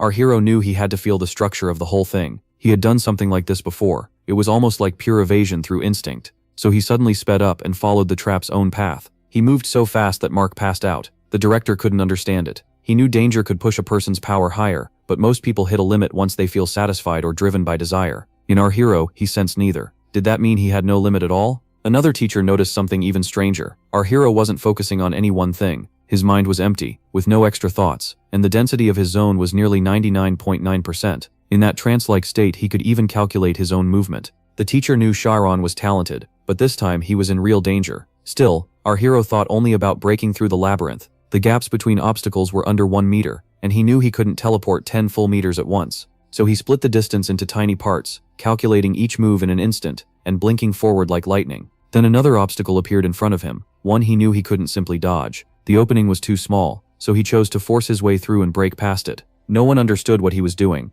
Only one student tried to explain. If you divide a circle into enough parts, it becomes an endless straight line, then split the distance down to thousandths. Still, nobody could believe anyone could calculate that. But the student said it wasn't really calculation, it was more like clairvoyance. That made everyone realize just how unreal our hero's ability was. Genius didn't even seem like a big enough word. He kept moving forward, but then another labyrinth, the teachers called it the Dragon's Labyrinth, appeared in front of him. Sina ran over to Ted, but at that exact moment, Mark woke up. His hands were shaking with fear, while our hero tried to remember the order in which the labyrinth had formed. He knew he had to move through the exact positions he had seen. Mark, though, wasn't joking around. He even said Sheeran should just let him go. By then, Sina had already reached Ted and shouted, asking what he had been doing this whole time. Ted calmly said there had been a problem. Sina snapped back that the device had to be stopped right now. Ted didn't understand at first, until she told him Mark and Sheeran were still inside. Then a third teacher rushed in and said our hero was already right in front of the jaws. Sweat ran down his face, but before the jaws closed, Sheeran forced himself to calm down. He was still alive. He started making choices in a tenth of a second. In a hundredth, he mapped out every place he might need to appear. Then in a thousandth, he realized that plan was wrong. He tried to find another way, but the next instant, the jaws had already shut. Everyone thought our hero had died. They couldn't bear to watch. The director believed he had made a terrible mistake, but our hero had found the exit. No one could believe he made it through. They stared at him like he was a ghost. Even our hero wasn't sure what had happened. He didn't know if he'd really found the way out, because he could barely remember any of it. At the same time, Ted shut the system down and reset it to level 0. The students kept staring, unable to understand how our hero had cleared level 10. That stage was meant for advanced students, basically professionals. And after all that, he didn't cry or brag. He just admitted he honestly thought he was going to die. Carl rubbed it in Amy's face, saying our hero really made it through. But Amy just thought he looked kind of cool. People who survive by giving everything they have don't usually show off after. Soon everyone crowded around our hero, calling him amazing. They shouted that he had cleared something 2 classes above his level. The 6th years were definitely going to be jealous. When Sina arrived with Ted, she could hardly believe it either, that our hero had actually made it. Ted asked her to understand that he had done all he could, but Sina yelled that he hadn't done anything at all. Still, she pointed out that both racers finished at the same time, so the principal needed to decide who really won. The director, though, was lost in thought. Did the result even matter, now? More than anything, he was grateful to our hero for showing him a light he hadn't seen in a long time. Tien looked at the headmaster and remembered that the Milch family was known for photon and light magic, honored even by the royal family. But the greed rising in him again came from only one thing, Chiron's incredible talent. Tien stepped closer and said maybe someone had finally appeared to spark a new fire in their academy. The headmaster was just as moved by the performance. Watching our hero had stirred old memories in him. Back then, he had been unbelievably greedy and never believed in fate. It had been far too long since his heart had pounded like this. Then the director stepped out before the students and announced that only one person would pass. He asked them to applaud the one who gave them courage and might one day lead the world. The student who passed the test was our hero. At that moment, Mark was back on his feet, and everyone expected him to demand a review since he and Chiron had arrived together. Mark couldn't understand it. He had seen for himself that Chiron was a real genius. He walked up to Chiron, admitted he had been wrong the whole time, and asked for forgiveness. As a mage, he also confessed his part in what happened. Chiron looked at him and said he should take whatever punishment he thought was right. Everyone thought Chiron looked scary then, but really he was just exhausted. All he wanted was to sleep. Sariel and Amy were about to leave, and Amy felt this wasn't the right time to approach him. He had already proved everything. But then Chiron noticed Amy, not fully thinking straight. He called out that he had proved himself, and said he'd catch up with her later. That made everyone jealous of Amy, and she turned red. But there was one more problem. Chiron remembered nothing. When he woke up, his memory was gone. After that, he was moved up to the 5th grade. Even so, the teachers still wondered how he made it through the labyrinth. Did the dragon maze somehow let him pass? Then the students and teachers were called to a council. A lot of them spoke against Maria's punishment, but the other kids quickly admitted they were guilty too, and confessed everything they had done to stop Chiron's exam. The case became much more serious. Still, Maria said she would keep her promise and take full responsibility. One teacher said he felt sorry for her because of her bad situation, and even if she hadn't acted with the goal of hurting anyone, the headmaster knew the school rules still required punishment. Chiron then said he should be punished too because he ignored the order to stop the exam and entered the maze anyway. He also kept going through dangerous ground and brought Mark along with him, even if he felt he had no other choice. The principal and the others never thought they'd see something like this at the school. Kids who had been blinded by rivalry, pride, and envy were now admitting their mistakes themselves, trying to become better magicians. It was the very lesson the principal had wanted the teachers to pass on. When the final decision was announced, many people broke down and cried. Maria especially couldn't hold it in. To many of the teachers, this was even more shocking than everything before, because a ruling like this had never happened. In the end, everyone involved was punished. Mark and Maria were suspended for 2 months, while the other students got 1 month. Even Sharon was punished. He had to write a letter of remorse for rushing into the maze after seeing the exam had already failed. Sharon understood why he did it. He simply didn't want to lose, and even without remembering it clearly, he knew he had been set on clearing the maze. His teacher realized he was far more aggressive than he looked. Even though he seemed gentle on the outside, that wasn't the whole truth. While Sharon slept, he had a nightmare about the maze and all the eyes staring at him, like everything was chasing him. Then he heard piano music and suddenly woke up. It was morning, so he figured he should hurry to class. Later, he picked some apples and brought some to Amy too. But after looking at her notes, she got flustered and ran off. A month later, people's attitude toward Sharon had changed. Amy still acted like she was ignoring him though, and even her friend wondered if they were really dating. She explained that Amy wanted to become a military officer because her specialty was precision shooting, and people with that skill were often sent on recon missions. That word, specialty, mattered a lot in 5th grade. From then on, students had to think of magic as their future job. Being the best at one thing made you more valuable, so people usually didn't look down on someone just for weak grades. While Sharon was thinking about that, Naude came over. His grades were average, but he was lively and could use lightning magic. As they talked, 2 intimidating students walked up. Sharon thought they wanted to discuss some hard subject, but instead they asked which teacher he liked better, Sena or Othella. It was such a weird question that Sharon figured people weren't avoiding him anymore. Nade asked if they really thought that was a hard one. Sharon was ready to agree it was a dumb question, but Nade quickly took Sena's side. The 3 of them started listing each teacher's good and bad points, and Sharon suddenly realized these were just normal school kids messing around. Then they asked for his answer too. He knew joining talks like this was part of having a normal school life, and he was about to say he liked both teachers, but the boys suddenly left. Sharon felt oddly disappointed, and Nod said it was because Iruka was coming up behind them. Iruki and Iruka were the same person, someone Sharon had never met before. Iruki introduced himself as a 5th grade outcast, and Sharon realized it was the same voice that had guided him before, so he grabbed his hand and thanked him right away. Iruki only replied that he had expected someone more interesting. Nade hurried to apologize, saying Iruki always talks in riddles. Iruki said that was his way of praising Sharon, then warned him to be more careful than before. When they asked if he was skipping class, he just said he was bored. Nade sighed and said Iruki was always like that, but deep down he was reliable. Sharon said he seemed like a good person, and Nade cut in to explain that Iruki was a genius, just a very strange one. Right then, Iruki stepped forward and started muttering something bizarre. The next second, he moved with insane speed. Everyone could tell something strange was happening. Iruki formed targets out of floating spheres and started firing at them, making them explode one after another. It scared everyone, but he calmly asked Sharon to meet him again later. Sharon was stunned by what he had just seen. Iruki could use both split form and detonation, his own specialty. What made it stranger was that he was known as the biggest loner in class, barely talked to anyone, and only had average grades. Still, people called him a genius because his skill in one area was unbelievable. Iruki was amazing at physical calculations. He could work out extreme conditions in his head, figure out dates 40,000 years ahead, or keep going with numbers like pi forever if he wanted. But outside science, he was hopeless. The teachers were stunned someone like that was even in 5th grade. Nade said teachers used to fight over who would take responsibility for Iruki, but by now they had all given up. Sharon and Nade were still excited by all this when a girl came over and invited Sharon to join their group. He turned her down and she told him to come if he changed his mind. The main reason he refused was his terrible grades. When he said that, Nade told him he led a group himself and could take Sharon in. Sharon expected something solid and dependable, but Nade brought him to the storeroom, the place where the school kept healing materials. Nade explained that you could find almost anything in there. Sharon asked if that was even allowed,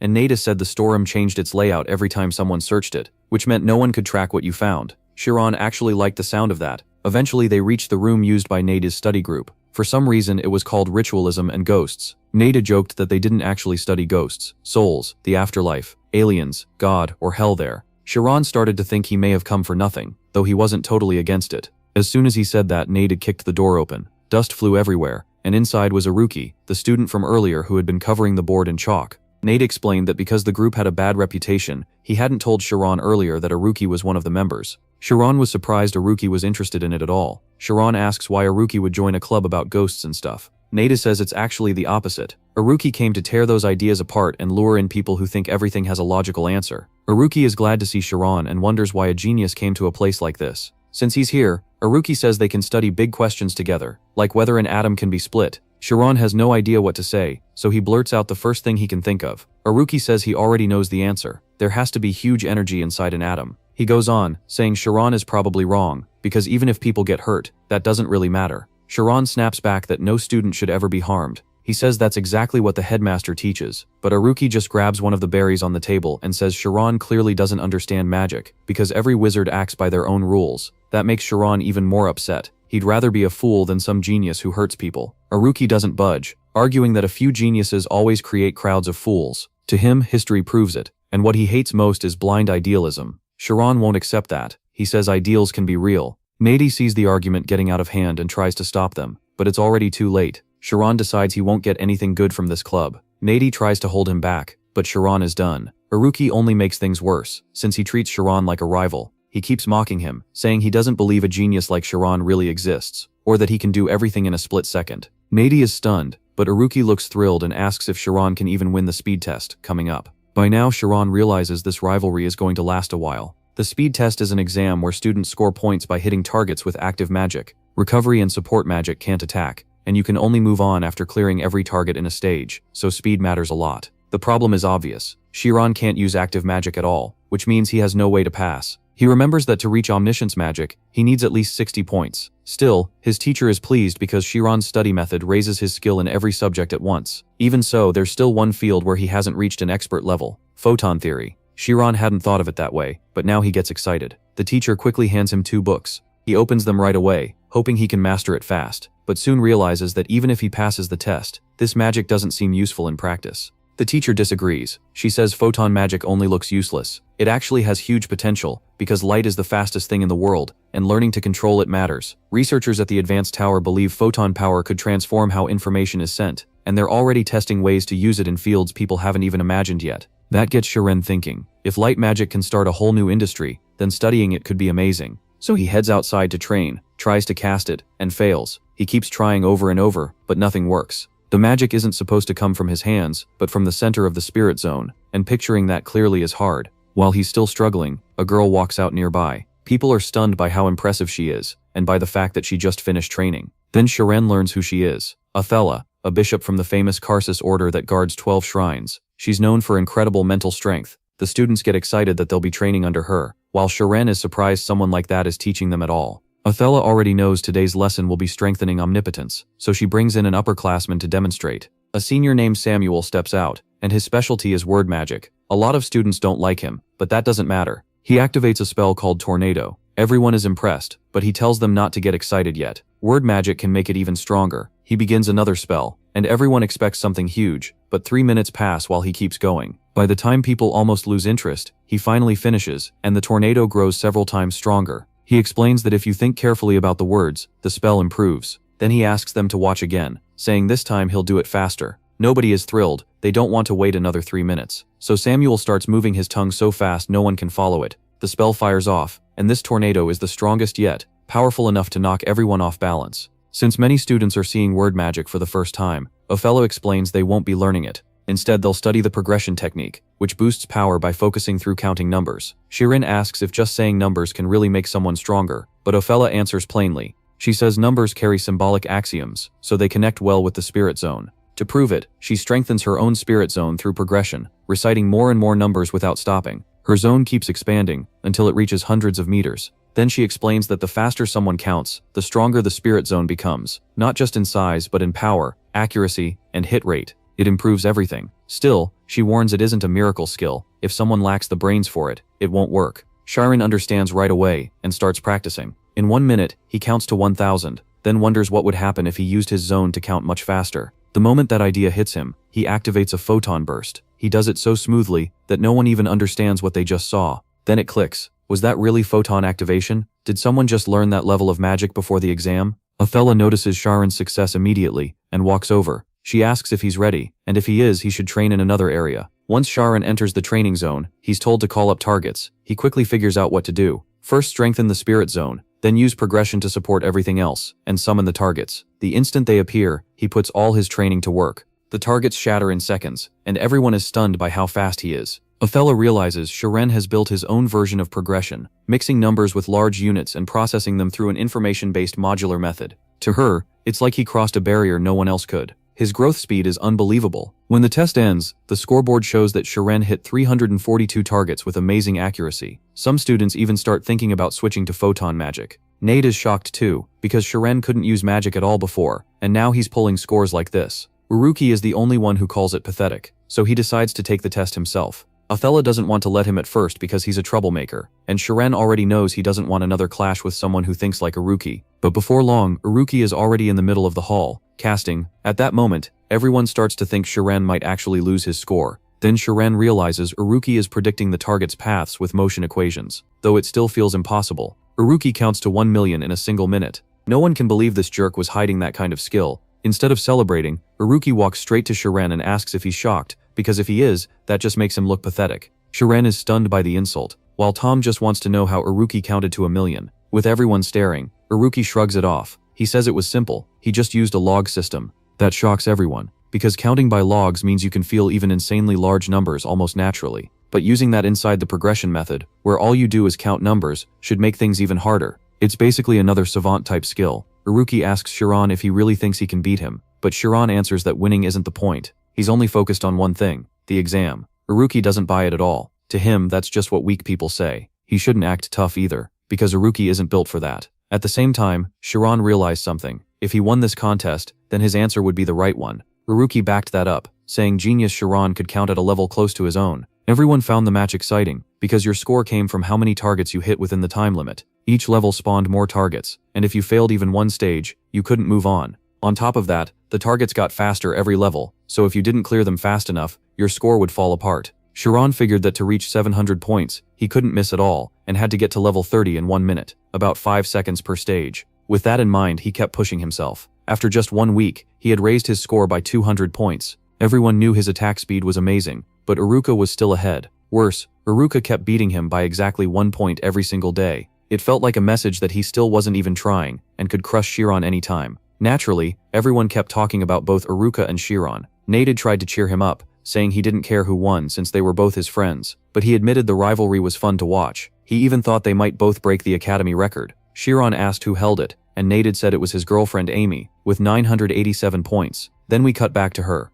From her talk with a friend, it was clear the senior year was brutal. Amy said they were testing every bit of knowledge she had. Still, after calming down, she added that the 5th year level was nothing compared to graduation, so her friend would be fine. Then Amy asked how Shiren was doing, and her friend was stunned, since those two barely ever met. Still, she filled her in on his progress. Hearing that, Amy realized Uruki had probably messed with her back in 5th grade too, acting perfect, ignoring people's feelings, then using those feelings against them when pushed. Her friend said she should help her boyfriend, but Amy calmly answered that Shiren would handle it himself. While they talked, more and more people watched as Shiren finally broke 700 points. No one thought he could reach that in only 2 weeks. Uruki just kept smiling, while Amy said that if she kept competing with him, even she would lose despite holding the record. Then Uruki beat Shiren's score again, and for the first time, Shiren started to think he might not win. That evening, he sat alone in his room, thinking about the exam coming in 3 days. No matter what he tried, he still couldn't pass Uruki. Was this where he gave up? But then he remembered everything that had happened, and chose to believe again.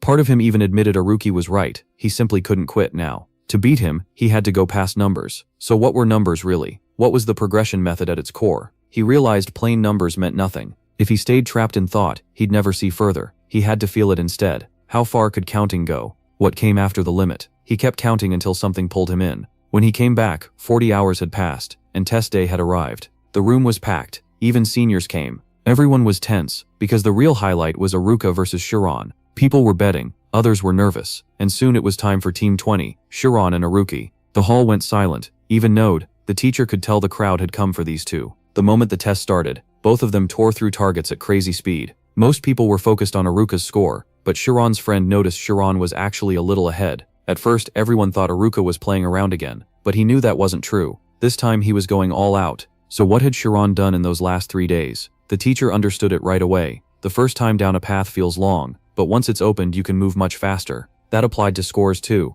and Shiren had clearly gone somewhere far beyond normal. He was insane. Shiren kept firing photons without slowing down, and the teacher saw the flaw in his strategy. He couldn't afford even a second of distraction. The crowd went wild as the pace kept rising, and even Uruka decided to use his brain's full power. That was when everyone noticed he had 2 zones. Even the teacher was stunned. How could anyone think and calculate that fast? Most people thought it was over. Amy had been right. Shiren was just unlucky. Shiren felt it too. Had he really hit his limit? Was there nothing more he could do? Then he understood what was stopping him. Fear. He had to break past himself and think only about numbers. The instant that barrier gave way, a field spread out around him and wiped everything in its path. Everyone assumed Uruka would still win, but Aruki suddenly couldn't figure out why time felt so slow. When the test ended, he thought his 1247 points were enough. Instead, everyone rushed to Shiran. He had won and broken the record. Then Aruki walked over and offered his hand. He admitted defeat, said Shiran wasn't boring after all, and confessed Shiran had been right. Shiran could hardly believe it, but Aruki went on. If the charge stays controlled, nothing happens. Even if the shell breaks, someone has to take responsibility, and from now on, that person would be Shiran. Around them, people kept repeating Aruka's strange words about charges and control. Still, every particle has an opposite. So what was Shiran's opposite? Fear or strength? If anyone could stop a force like Aruki, it had to be him. Shiran believed him too, because he could see the fear in Aruki's eyes. So he shook his hand and promised to stop him if his power ever grew too far. After that, Nade came over to celebrate with his friends, but the teacher soon pulled Shiran aside. She asked if he understood where he had gone. That place, she said, was dangerous. If you entered it, you could lose yourself. Some people called that state nirvana. Everyone knew a person could reach infinity, but those who reached it could also become nothing. Among it all, Shiran had seen a giant void pulling him in. He kept dreaming about that place afterward, and now his body felt strange too. The first thing he did was tell Nade and Aruka that it felt like ghosts were following him. They didn't know why he sounded so serious, but Aruka instantly leaned in. Had all of that really happened in his dream? The stars, the endless void, the thing vibrating at the end? If so, Aruka said, then maybe Shiran had seen a number that couldn't be calculated, something beyond space itself. Shiran had wondered the same thing. How could you dream of something you'd never seen? Then Nade said he'd heard stories from 200 years ago, people trying to move the soul through experiments. Those tests were shut down for being inhuman, but many who went through them claimed they remembered things they had never seen before. Some even swore it was real. While Nade was busy creeping Shiran out, Aruka said that actually explained everything. If Shiran's soul had been ionized by electricity and triggered a quantum effect, then maybe it really crossed beyond the cosmos. Aruka was talking about a world so tiny that maybe Shiran's soul had shrunk enough to slip into atoms. Shiran was blown away by the idea. Then Aruka told him to be honest. Could he finally say what really happened? Shiran told them everything, and Aruka burst out laughing in delight. He said his father had told him about this before, about a number that was the key to everything. After hearing that, Shiran decided to join the club.